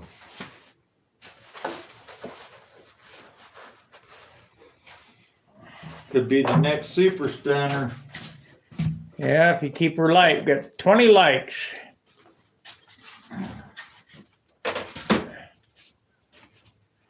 Yeah, it says, John, don't forget to go out in the garage and get the gallon of primer and put it on the scale. Don't use primer anymore. Yeah, but he wants the weight of that. Oh yeah. You I mean don't know that- if my scale will go up that high? That light can of primer I handed you and you about fell on the floor with it? That's that feather stuff. Us model building dinosaurs are a dying breed. And Philip Bailey says, yes, but we aren't going quietly.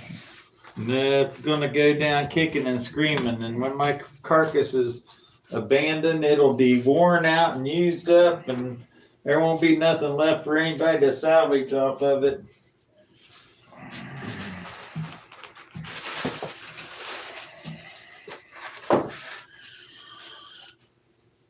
Okay, we're gonna go out in the garage and I'm gonna put some dope on this.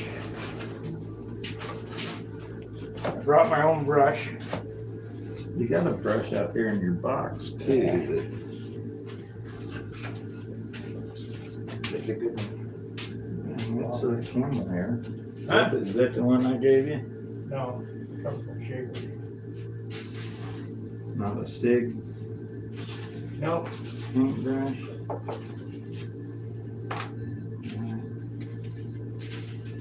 Ah, yeah. I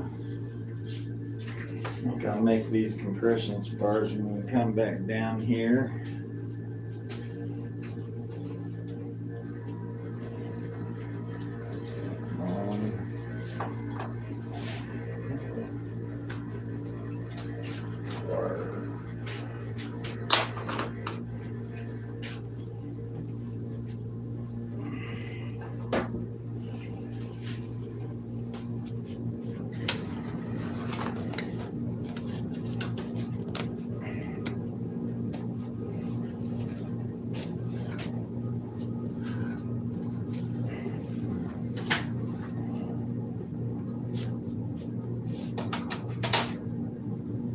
I think that with his new modem, we can go out in the garage and still stream.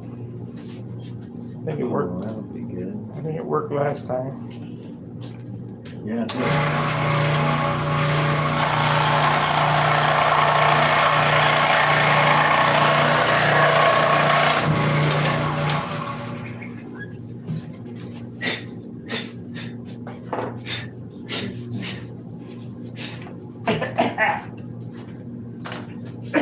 Ah, shit. COVID.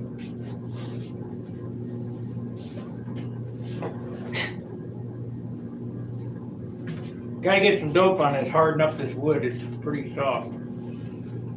Yeah. It is.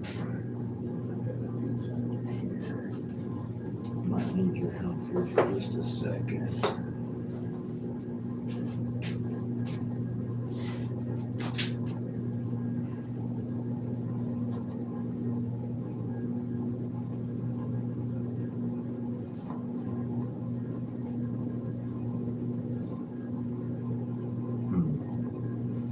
Heads that back that way a little bit.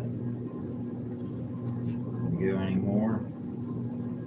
Well, I'm trying to get this out of here because it's off a little bit. just go right to there. Right like that. I don't know if that'll show. It won't show because you're gonna have sheeting on there.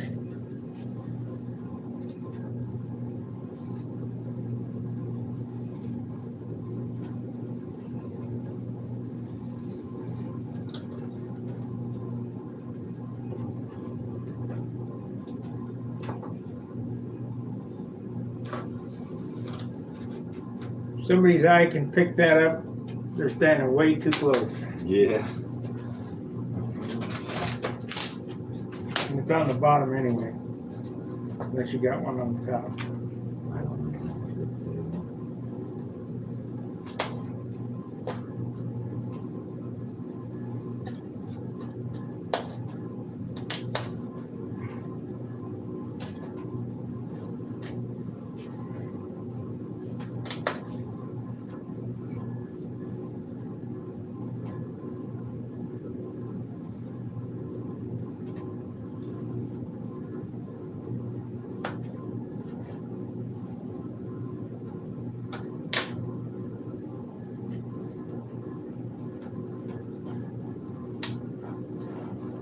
That's where you didn't see it.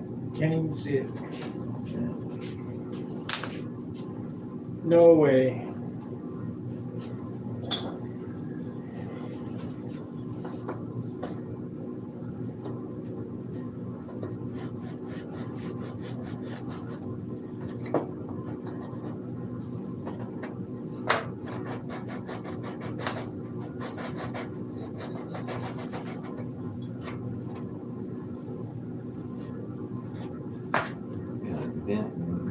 You won't see that either.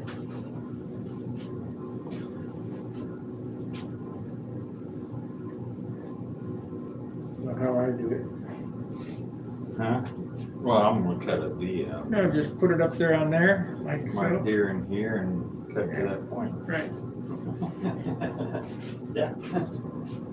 Okay, you gonna carry the wing or the camera? It doesn't make, I'll carry the wing. You can handle the camera.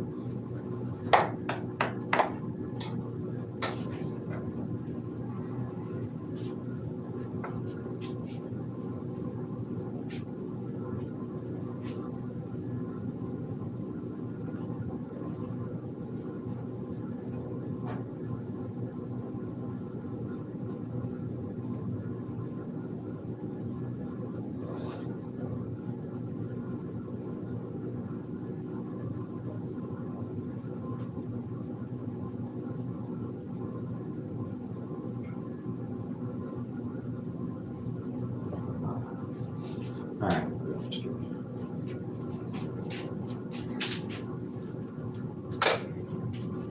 Okay, we're gonna go upstairs and I'm gonna dope a little bit and John's gonna smoke a little bit and then we'll come back down.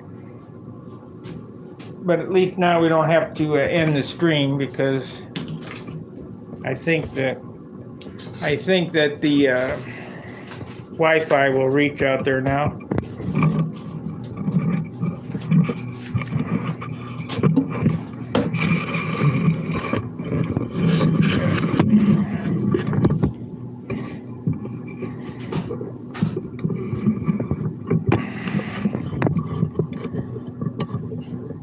Do you want the cradles? Yeah.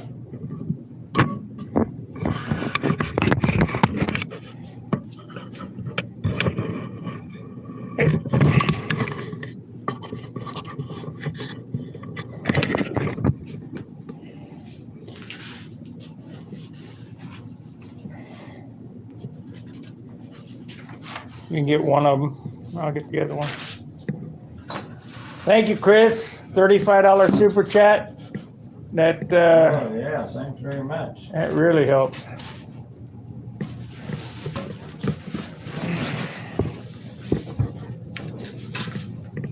They were asking the dope sequences and all that anyway, so. Oh, yeah, that'll be a prime time. We're gonna pin it. What? We're gonna start pinning it right now. I still didn't hear you. Tinting it.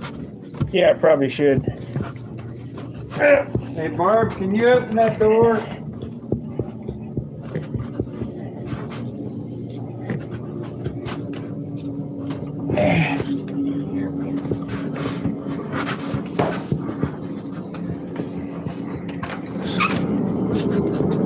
Can't get through.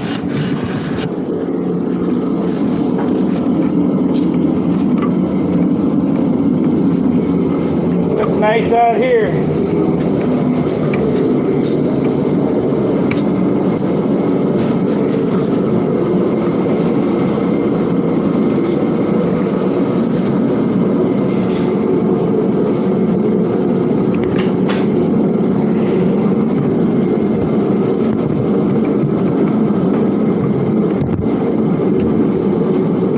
Probably hear the jet engine running in the background. We'll shut that off in a minute. It's hot.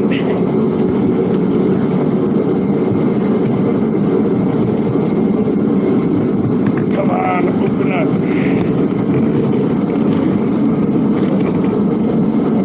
John, can you open them up?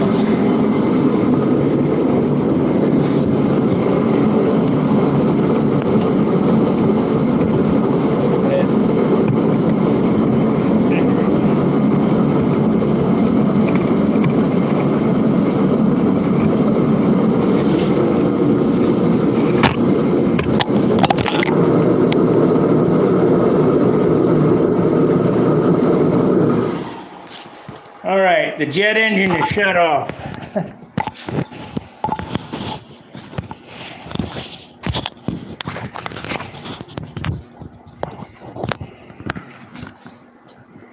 All right, we're gonna do the dope sequence from start to finish.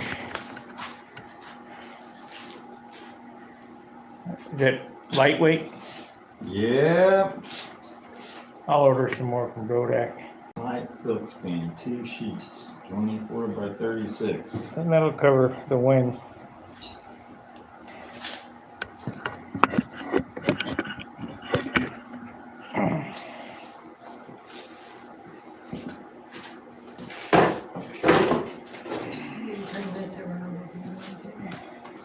Yeah, I can actually turn it off, but I don't know that it really does anything unless it's blowing right on you.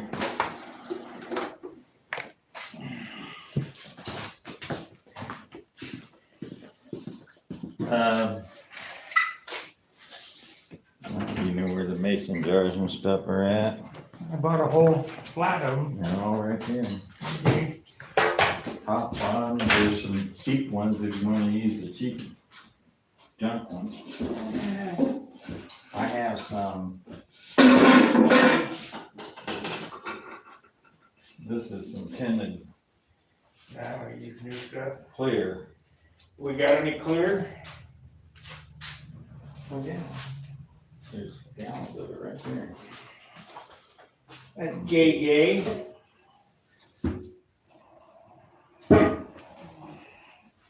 Is that the tinted clear? Regular? We have butyrate taunting. Yeah, that's the tinted.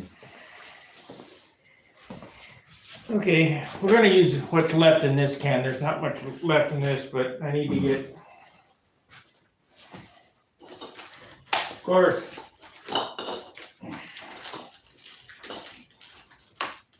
Well, these mason jars sure went up, didn't they? Yeah. We used to get these from Walmart for was $6 $6 a case. for a flat. These cost me 20 something. They were upwards of 30, I heard somewhere for a flat 20. Screwdriver, there we go. Because everybody's worried about food shortage, they're starting to can their own stuff. Problem is, what they don't realize, it takes you a year. You know, it's too late to start prepping. Unless you're prepping for next year at this time. Cause you know, you gotta plant your shit, you gotta let it grow, and then you gotta harvest it, and then you. Okay. I think I got 2 more gallons of that downstairs. That tinted stuff. Well, I brought some. This is my can here, but it's not full either.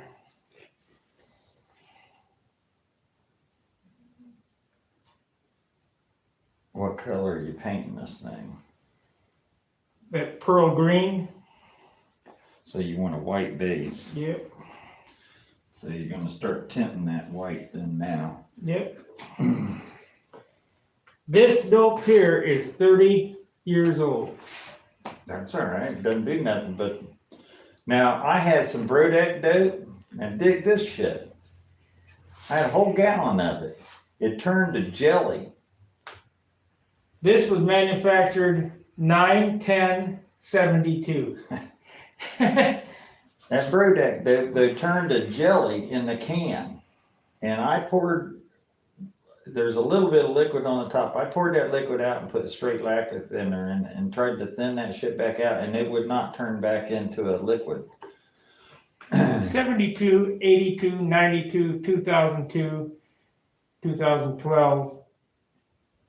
It's 50 years old. This is what we talk about when we say tinted clear. It's got an amber color to it, sort of yellow. Even the new stuff will look just like this. Brand spanking new right out of the can. What do you want to do? Leave this open and dry it out so you can throw it away? Yeah. Yeah. Just sit the lid on it like you did. Of course, I don't know. Here, let me have it, Sparky. I'll set it out on the back porch. You don't want to put it next to the heater. No. And this can of dope is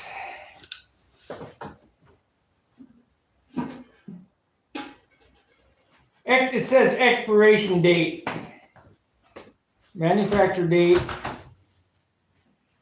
94. This this says expiration date 2 years from manufacture date. Well, that's BS. It doesn't go bad. That's like I said, that stuff I had turned to jelly, and you could not get it to turn back into a liquid. Now this isn't as tinted as dark as that. Well, it might not be. That's aged a little bit, but 50 years. sure that's not crystal clear. Positive. Crystal clear's over there. Clear butyrate taunting. It's still, you can look in the can and see it's yellowish. And what the manufacturer says, now you don't want to put that all the way full. I know. There's a bunch of old paper towels right there.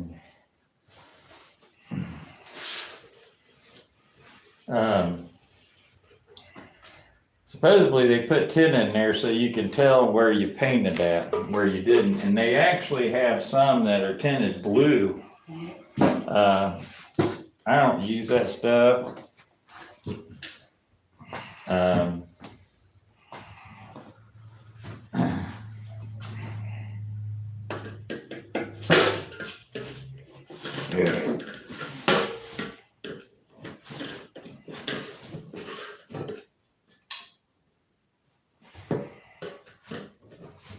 And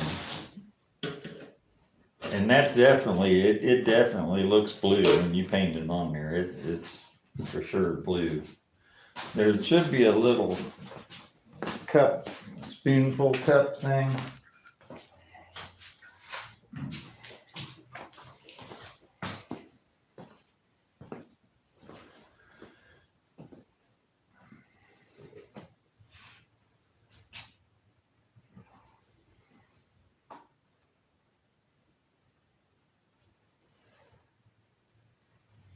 Shake it up and see what it looks like. That'll be fine, that's fine. All you gotta do is tin it and load it up. Oh, yeah. See, tinted clear.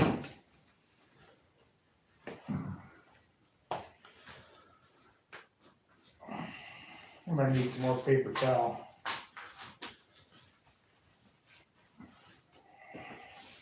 Paper goes in the left one. Right one.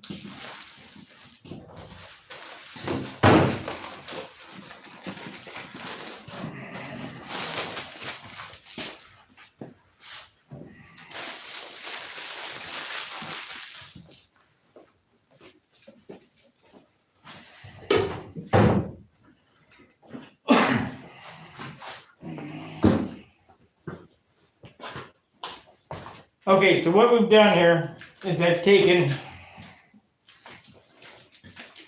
I mixed up a little bit more for base than I did for top, but that's okay because I really want this airplane to look nice.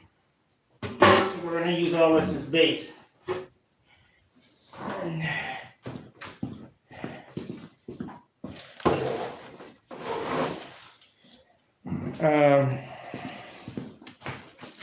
This won't go on, but if you guys look here, lightweight silk span. Light silk span, 2 sheets, 24 by 36, Brodak number 916. That's what this wing's gonna be covered with, and probably every solid surface on the thing too, if not Jap tissue on the solid surfaces.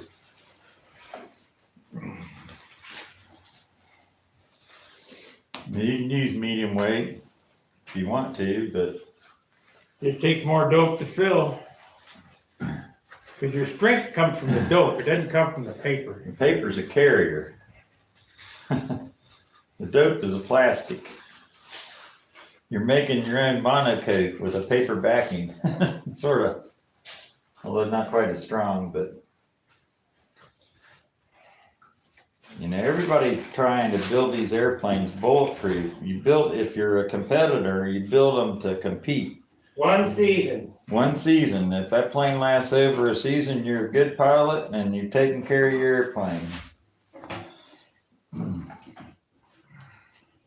And I know Sparky and I myself have airplanes that are 15 years old that are built this way, and they don't have punctures in them, they don't have rip silk span on them or anything.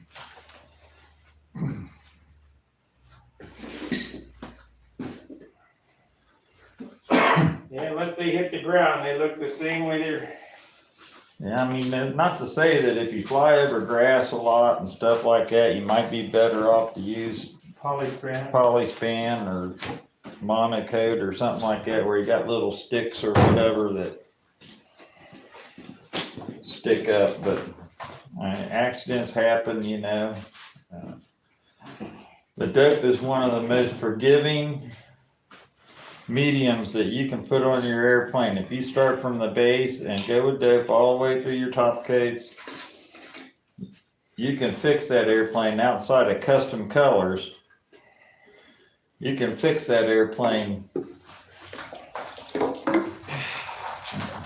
Ain't no way around it. Here, hold on to this. Good like that. Huh?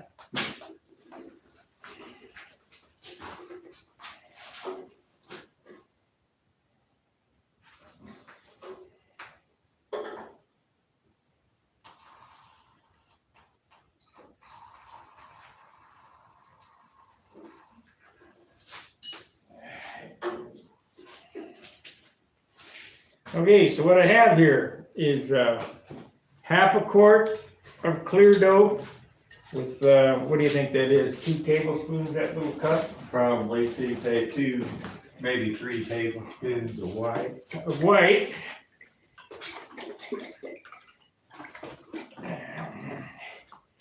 And this is my base, and by the time I'm ready to paint, the airplane will be white. The only thing he'll add to that is more thinner. Yep. He'll keep thinning that down as he uses it up. This looks like milk in a way. Yeah, well, it looks like 2% milk.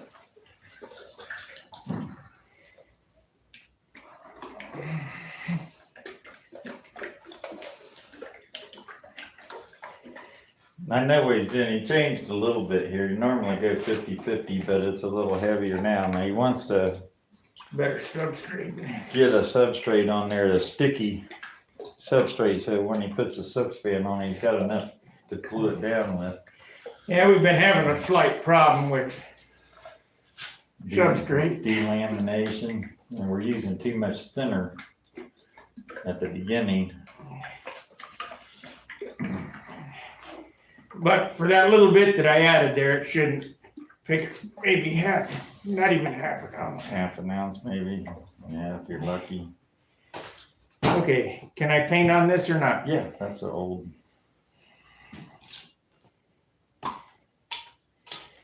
Okay. So let's, now it looks white. It's not, it's clear.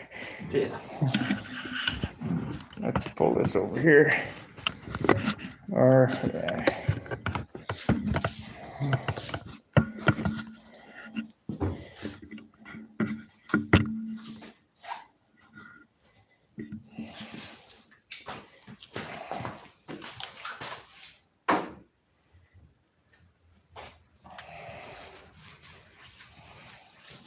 see, it immediately went clear.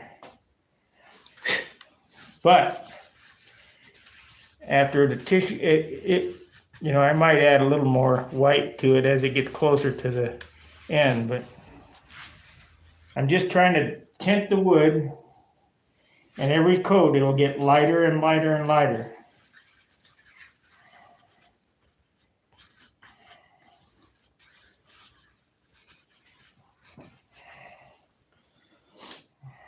What's been happening normally, by the time you get 4 base coats like this on here, you put your silk span on there and you get 3 or 4 coats of this tint clear on the silk span, it'll be almost white. It'll be a see-through white, and you can tell, you'll be able to tell it's white at that point in time. If you look real close, you'll still see a little bit of the grain through it and that stuff, but it takes a lot less white to make it opaque, just because the tinting is clear at the beginning.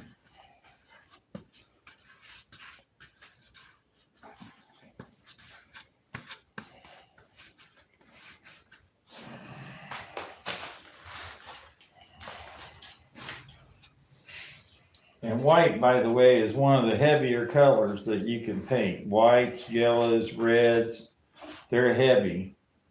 Greens and blacks, they're probably your lightest. Black is the lightest color. But it's the hardest color to paint because it has to be perfect. Yeah, your substrate has to be immaculate.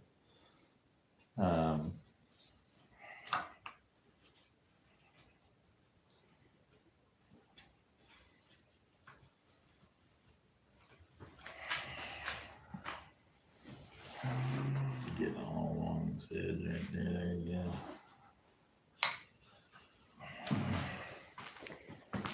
Let's see, anybody say anything? What brand of dope do you guys use? That is Randolph.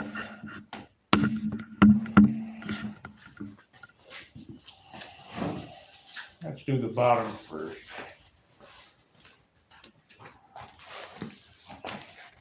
Is it 9707 or what is the number on it? This is non-tautening clear. This is what's considered crystal clear from Brodak.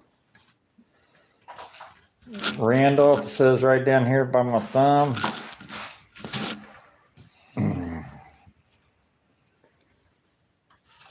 Part number A 1690 1690. That's non-tautening though, Non-tautening. This is what you're going to use top coat. for your top coat, your clear finish after you paint it. We're going to use this tautening clear for the base. You got a ball driver down here? I should have took these doors out. Driver here.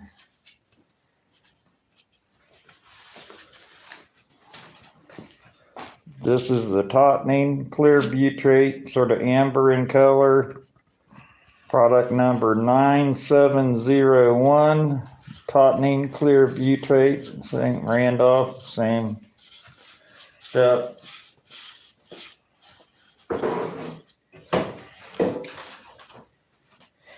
Here on the East Coast, we've been getting this stuff from Wicks. Over around St. Louis over there.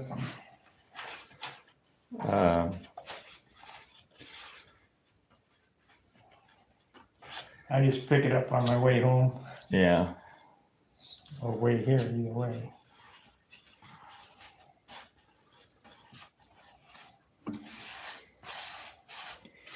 See, you got a And we get there element in thinner. your toolbox? We get there thinner also.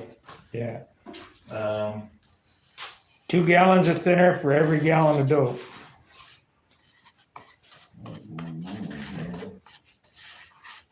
I gotta get them wheel doors and the hatches out or else they'll get glued in.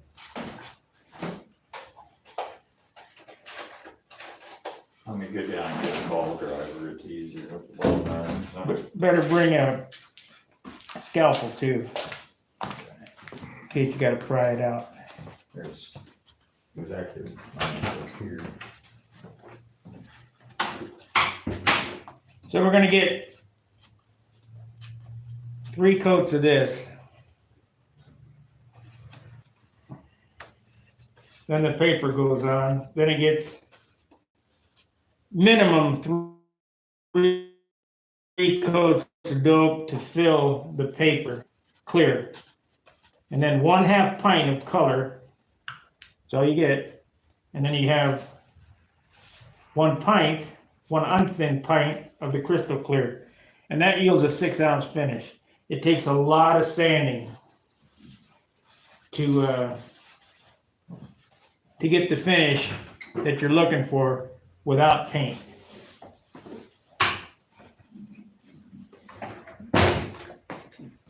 Go ahead. You didn't bring the knife. I got a knife up here. Okay, this is gonna come out. Yeah, that when you paint without paint, it takes a lot more sanding.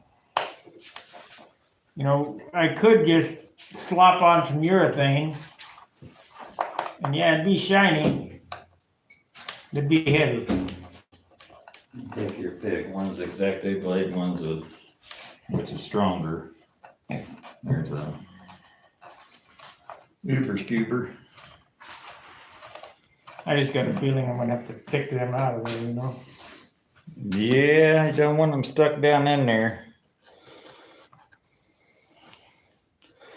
I had some, I ruined one of my landing gear covers on one of my airplanes by sitting there, did exactly that right there. Doped it, and it was only 1 coat, and it got down in there and it glued that thing in where it split the wood, pulled the covering off, split the wood.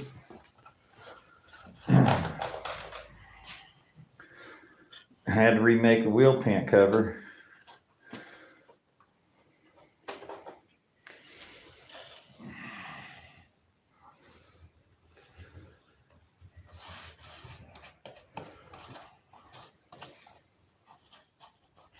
It'd be pretty sloppy right now. Heck, I can even see that white tin in that right there right now already. Oh, yeah.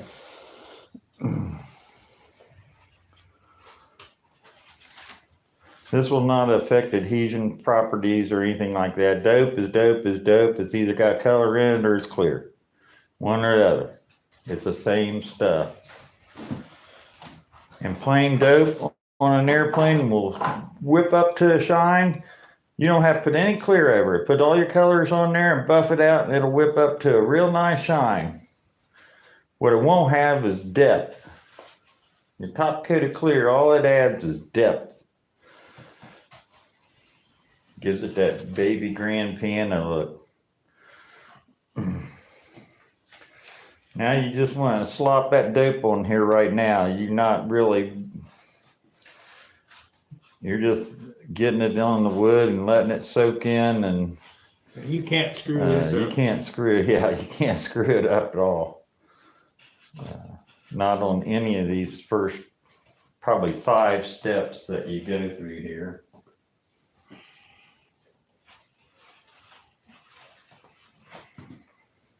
Don't worry about brush marks. Just try not to pool it everywhere.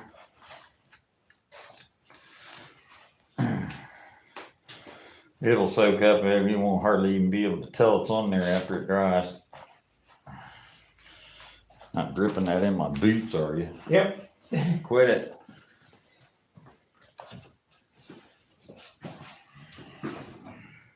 I'm keeping them out here so they're not warm when I put them on my outdoor boots.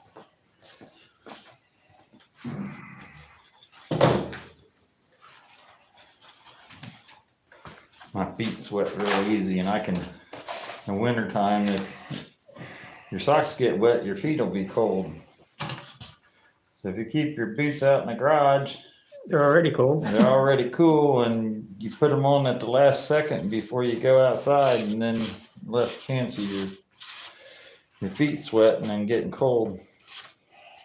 It looks like I got it all. Yeah.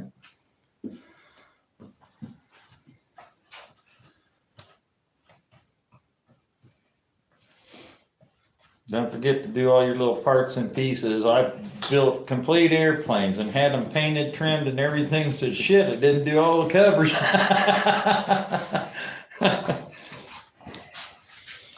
Okay, this is dry on this side. Turn it over to the other side.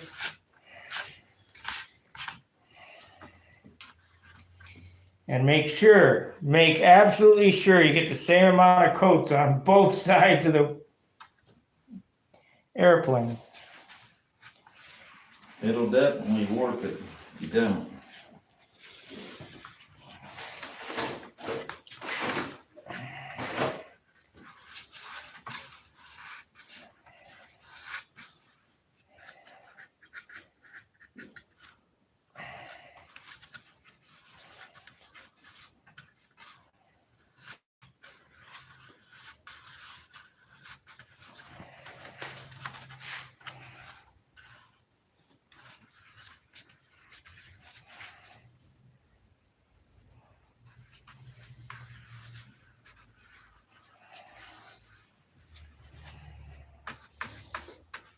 Do something with that little turn clockwise airplane up there. Jack Sheets gave me that airplane.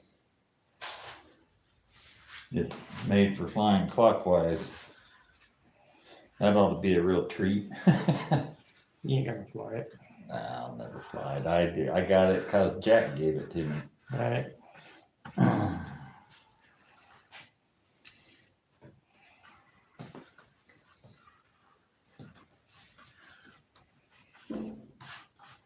Means more to me to that aspect of it than anything. Jack was my hero when I was younger. You can build an airplane a week. I-beamers to boot. A lot of I-beamers. Guy was a prolific builder, man. I'll tell you what, he had the system down, whatever it was. I don't know if you guys can tell this or not, but he's not being bashful about putting this stuff on there. He's literally soaking it big time. It's slopping it on there. It's not brushing it out until it goes dry. No sense in wasting anything on it right now, because it'll dry up, it'll soak in and dry up that you won't hardly even be able to tell that anything was put on this outside of it's tinted a little bit. And you can even see on this wing. I mean, you can see it's already starting to get a little white color to it. Still a little wet. A little wet, yeah, can't turn it over in the cradle. Need to turn the heat back on here. It'll stick to the cradle. Torpedo time.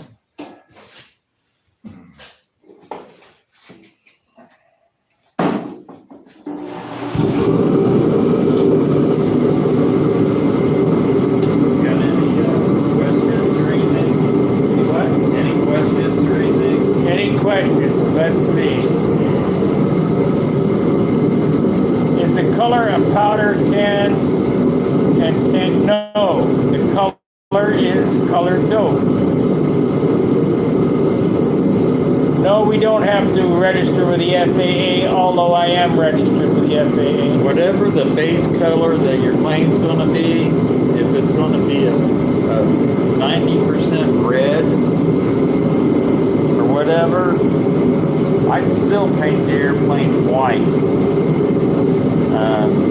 Tinted white. And tinted white, especially at this point, because what that'll do is that'll make your colors pop more. If you paint it dark or leave it clear wood, the color will get darker.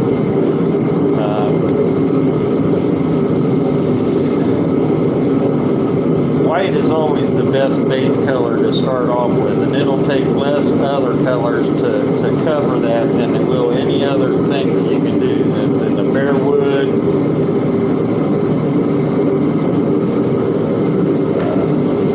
We pretty much, our airplanes are pretty much white all over them anyway, for the main base color to the whole airplane.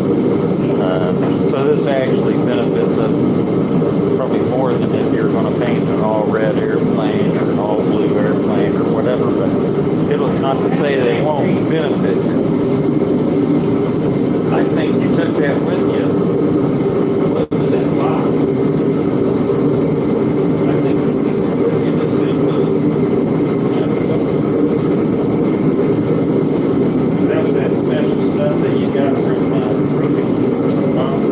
Yeah, if I can't find it, I'll paint it white.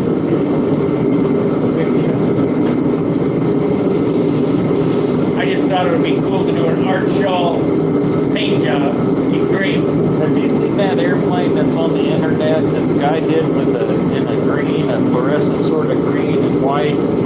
It's got like a honeycomb pattern on it and stuff. It's sort of a ghost-like honeycomb looking thing. Let me see if I can find that picture. Real pretty airplane.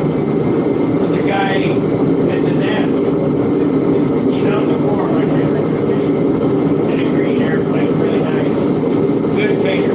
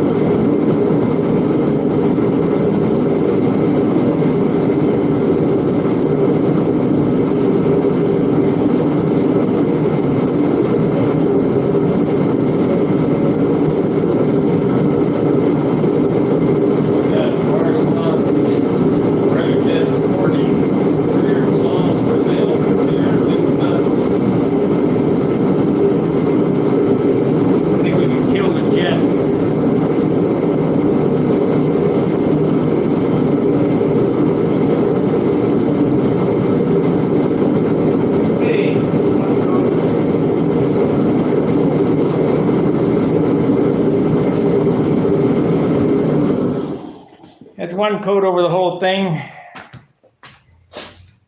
And let's see here. As normal, I can't find that airplane anywhere. Cheap thinner. Okay, what happened to the top? To this? Oh, that's over there.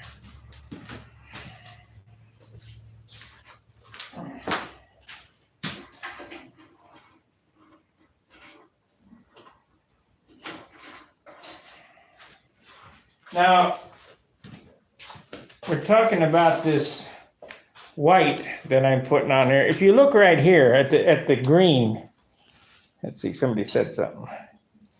I live in Akron, and I remember the North Coast Control Liner Club. Could you use the tint dope for every? Yes, you can. Okay, if you look here, this is just the first coat. I can see swipes of white over the top of that green. It's getting lighter. Smells just like fingernail polish. I don't use it, so I don't know anymore. Except about 100 times stronger. Yeah.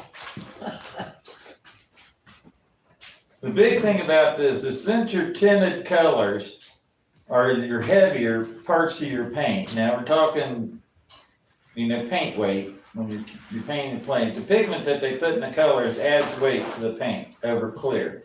Clear's the base and everything. So whenever you tint your clear, you're adding weight to it by whatever pigment weight is in it. So it makes it way heavier. So what you're trying to do is use less of the heavy paint. So if you just barely put enough in this clear to tint it, you're adding the least amount of extra weight in your paint job. It's all about grains and grams and minute. And I have been called out on a 6-ounce finish, saying that I'm not doing a 6-ounce finish. John, am I doing a 6-ounce finish? He is doing 6-ounce finishes. I am doing 6-ounce finishes now because of him. All you gotta do is, and this is a full-size airplane, this isn't a 6-ounce finish on a 35-size airplane, a Nobler. You ought to be able to do one of them in about 4.5 or 5 ounces. 4 ounces. This is a 60-size airplane, 60-inch wingspan, 700 and some square inch. It's a big airplane. But there's no paint on it. The shine comes from the sanding. And it's a lot of work.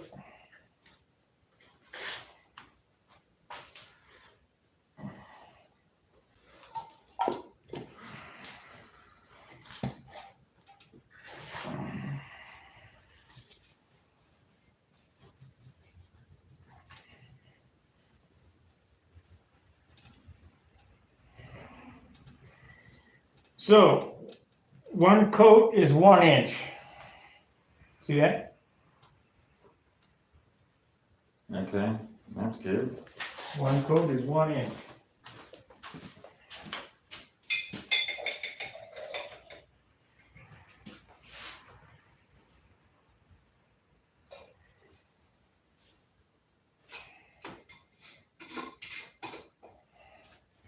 Boy, that cheap thinner is hot stuff. Whew. Burns your hands.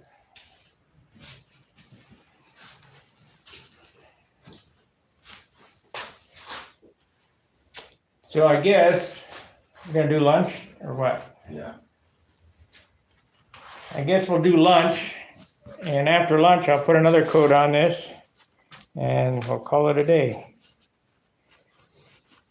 Still gotta be sand is a 600. How much 320?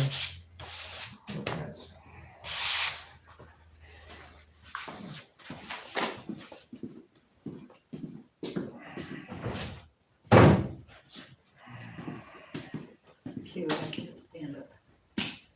We have 21 likes, 16 watchers.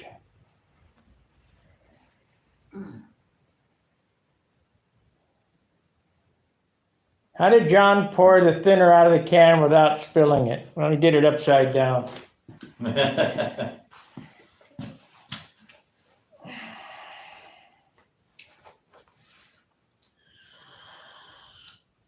You I sleep? did spill a little bit of it. It's hard when the cans are exactly full, but if you set the can down on a hard surface and sort of lean it over and put your jar up underneath it, you'll minimize it a little bit, but you just gotta go slow, and you're gonna get a little bit of spillage at first, but by the time you lose about a quarter of the gallon out of there, it's much easier to pour like that.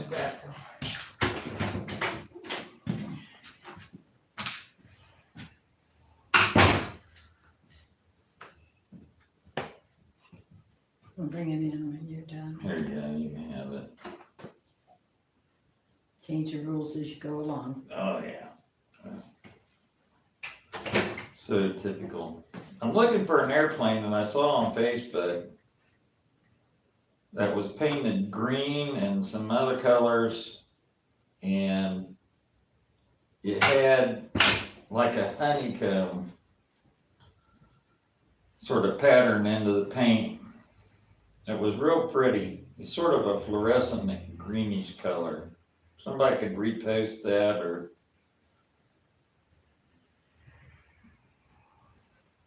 I can't seem to find it now.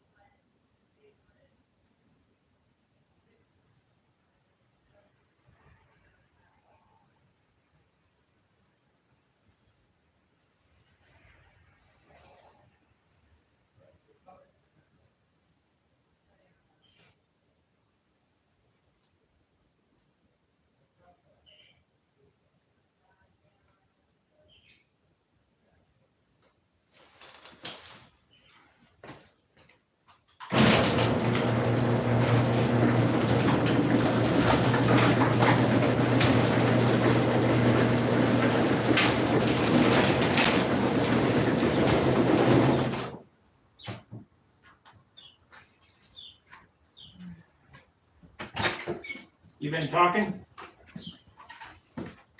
That's nice. Oh, that's that guy. See the honeycomb? Yeah, that's the guy that has the kids, isn't it? Yeah, Oh, yeah, the what's that? yeah, I don't know his name. Mike. This is James H. Dean, it says. Are you talking about the ones from the Cleveland contest? I'm not sure. Chris Everson. I live in Akron. Yeah, I think we met you in Cleveland. Chris. Man, they got cold quick. Trying to get some of the fumes out. Lovely. I mean, that's a pretty airplane.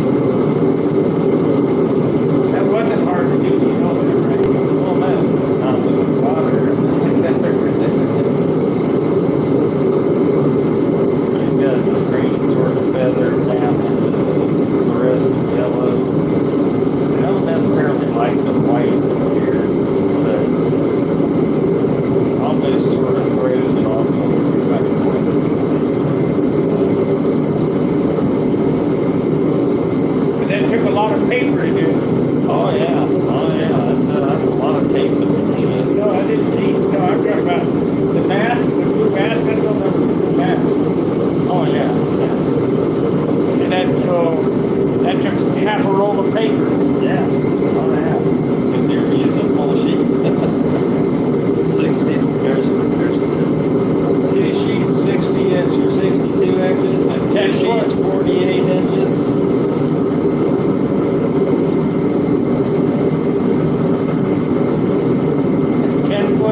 That's 20 foot of masking paper of the vinyl mask.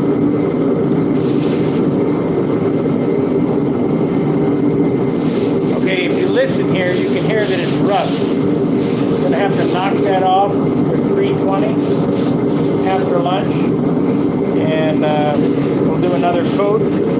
It won't get paper today. It won't get paper till St. Louis, but it needs a minimum of 3 coats. Maybe I'll do 4 on this one.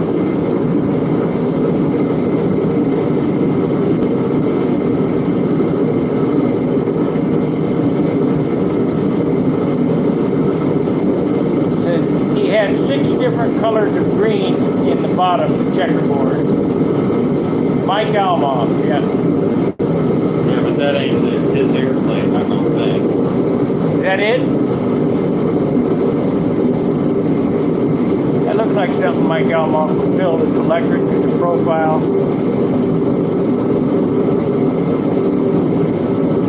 There's hello, Mike.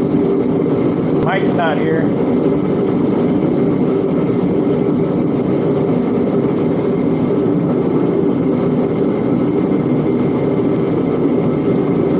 Pretty nice looking airplane.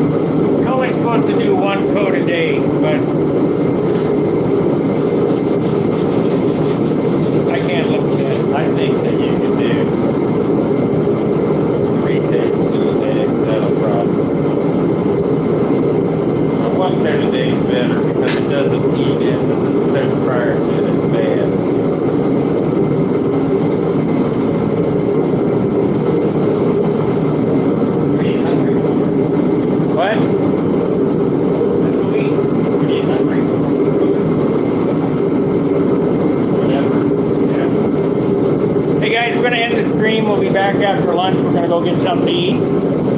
I appreciate you watching. I really appreciate the super chat. Make sure to like, subscribe, and share. And we'll be back after lunch. So until we see you then, Fairwinds Nightline. See ya.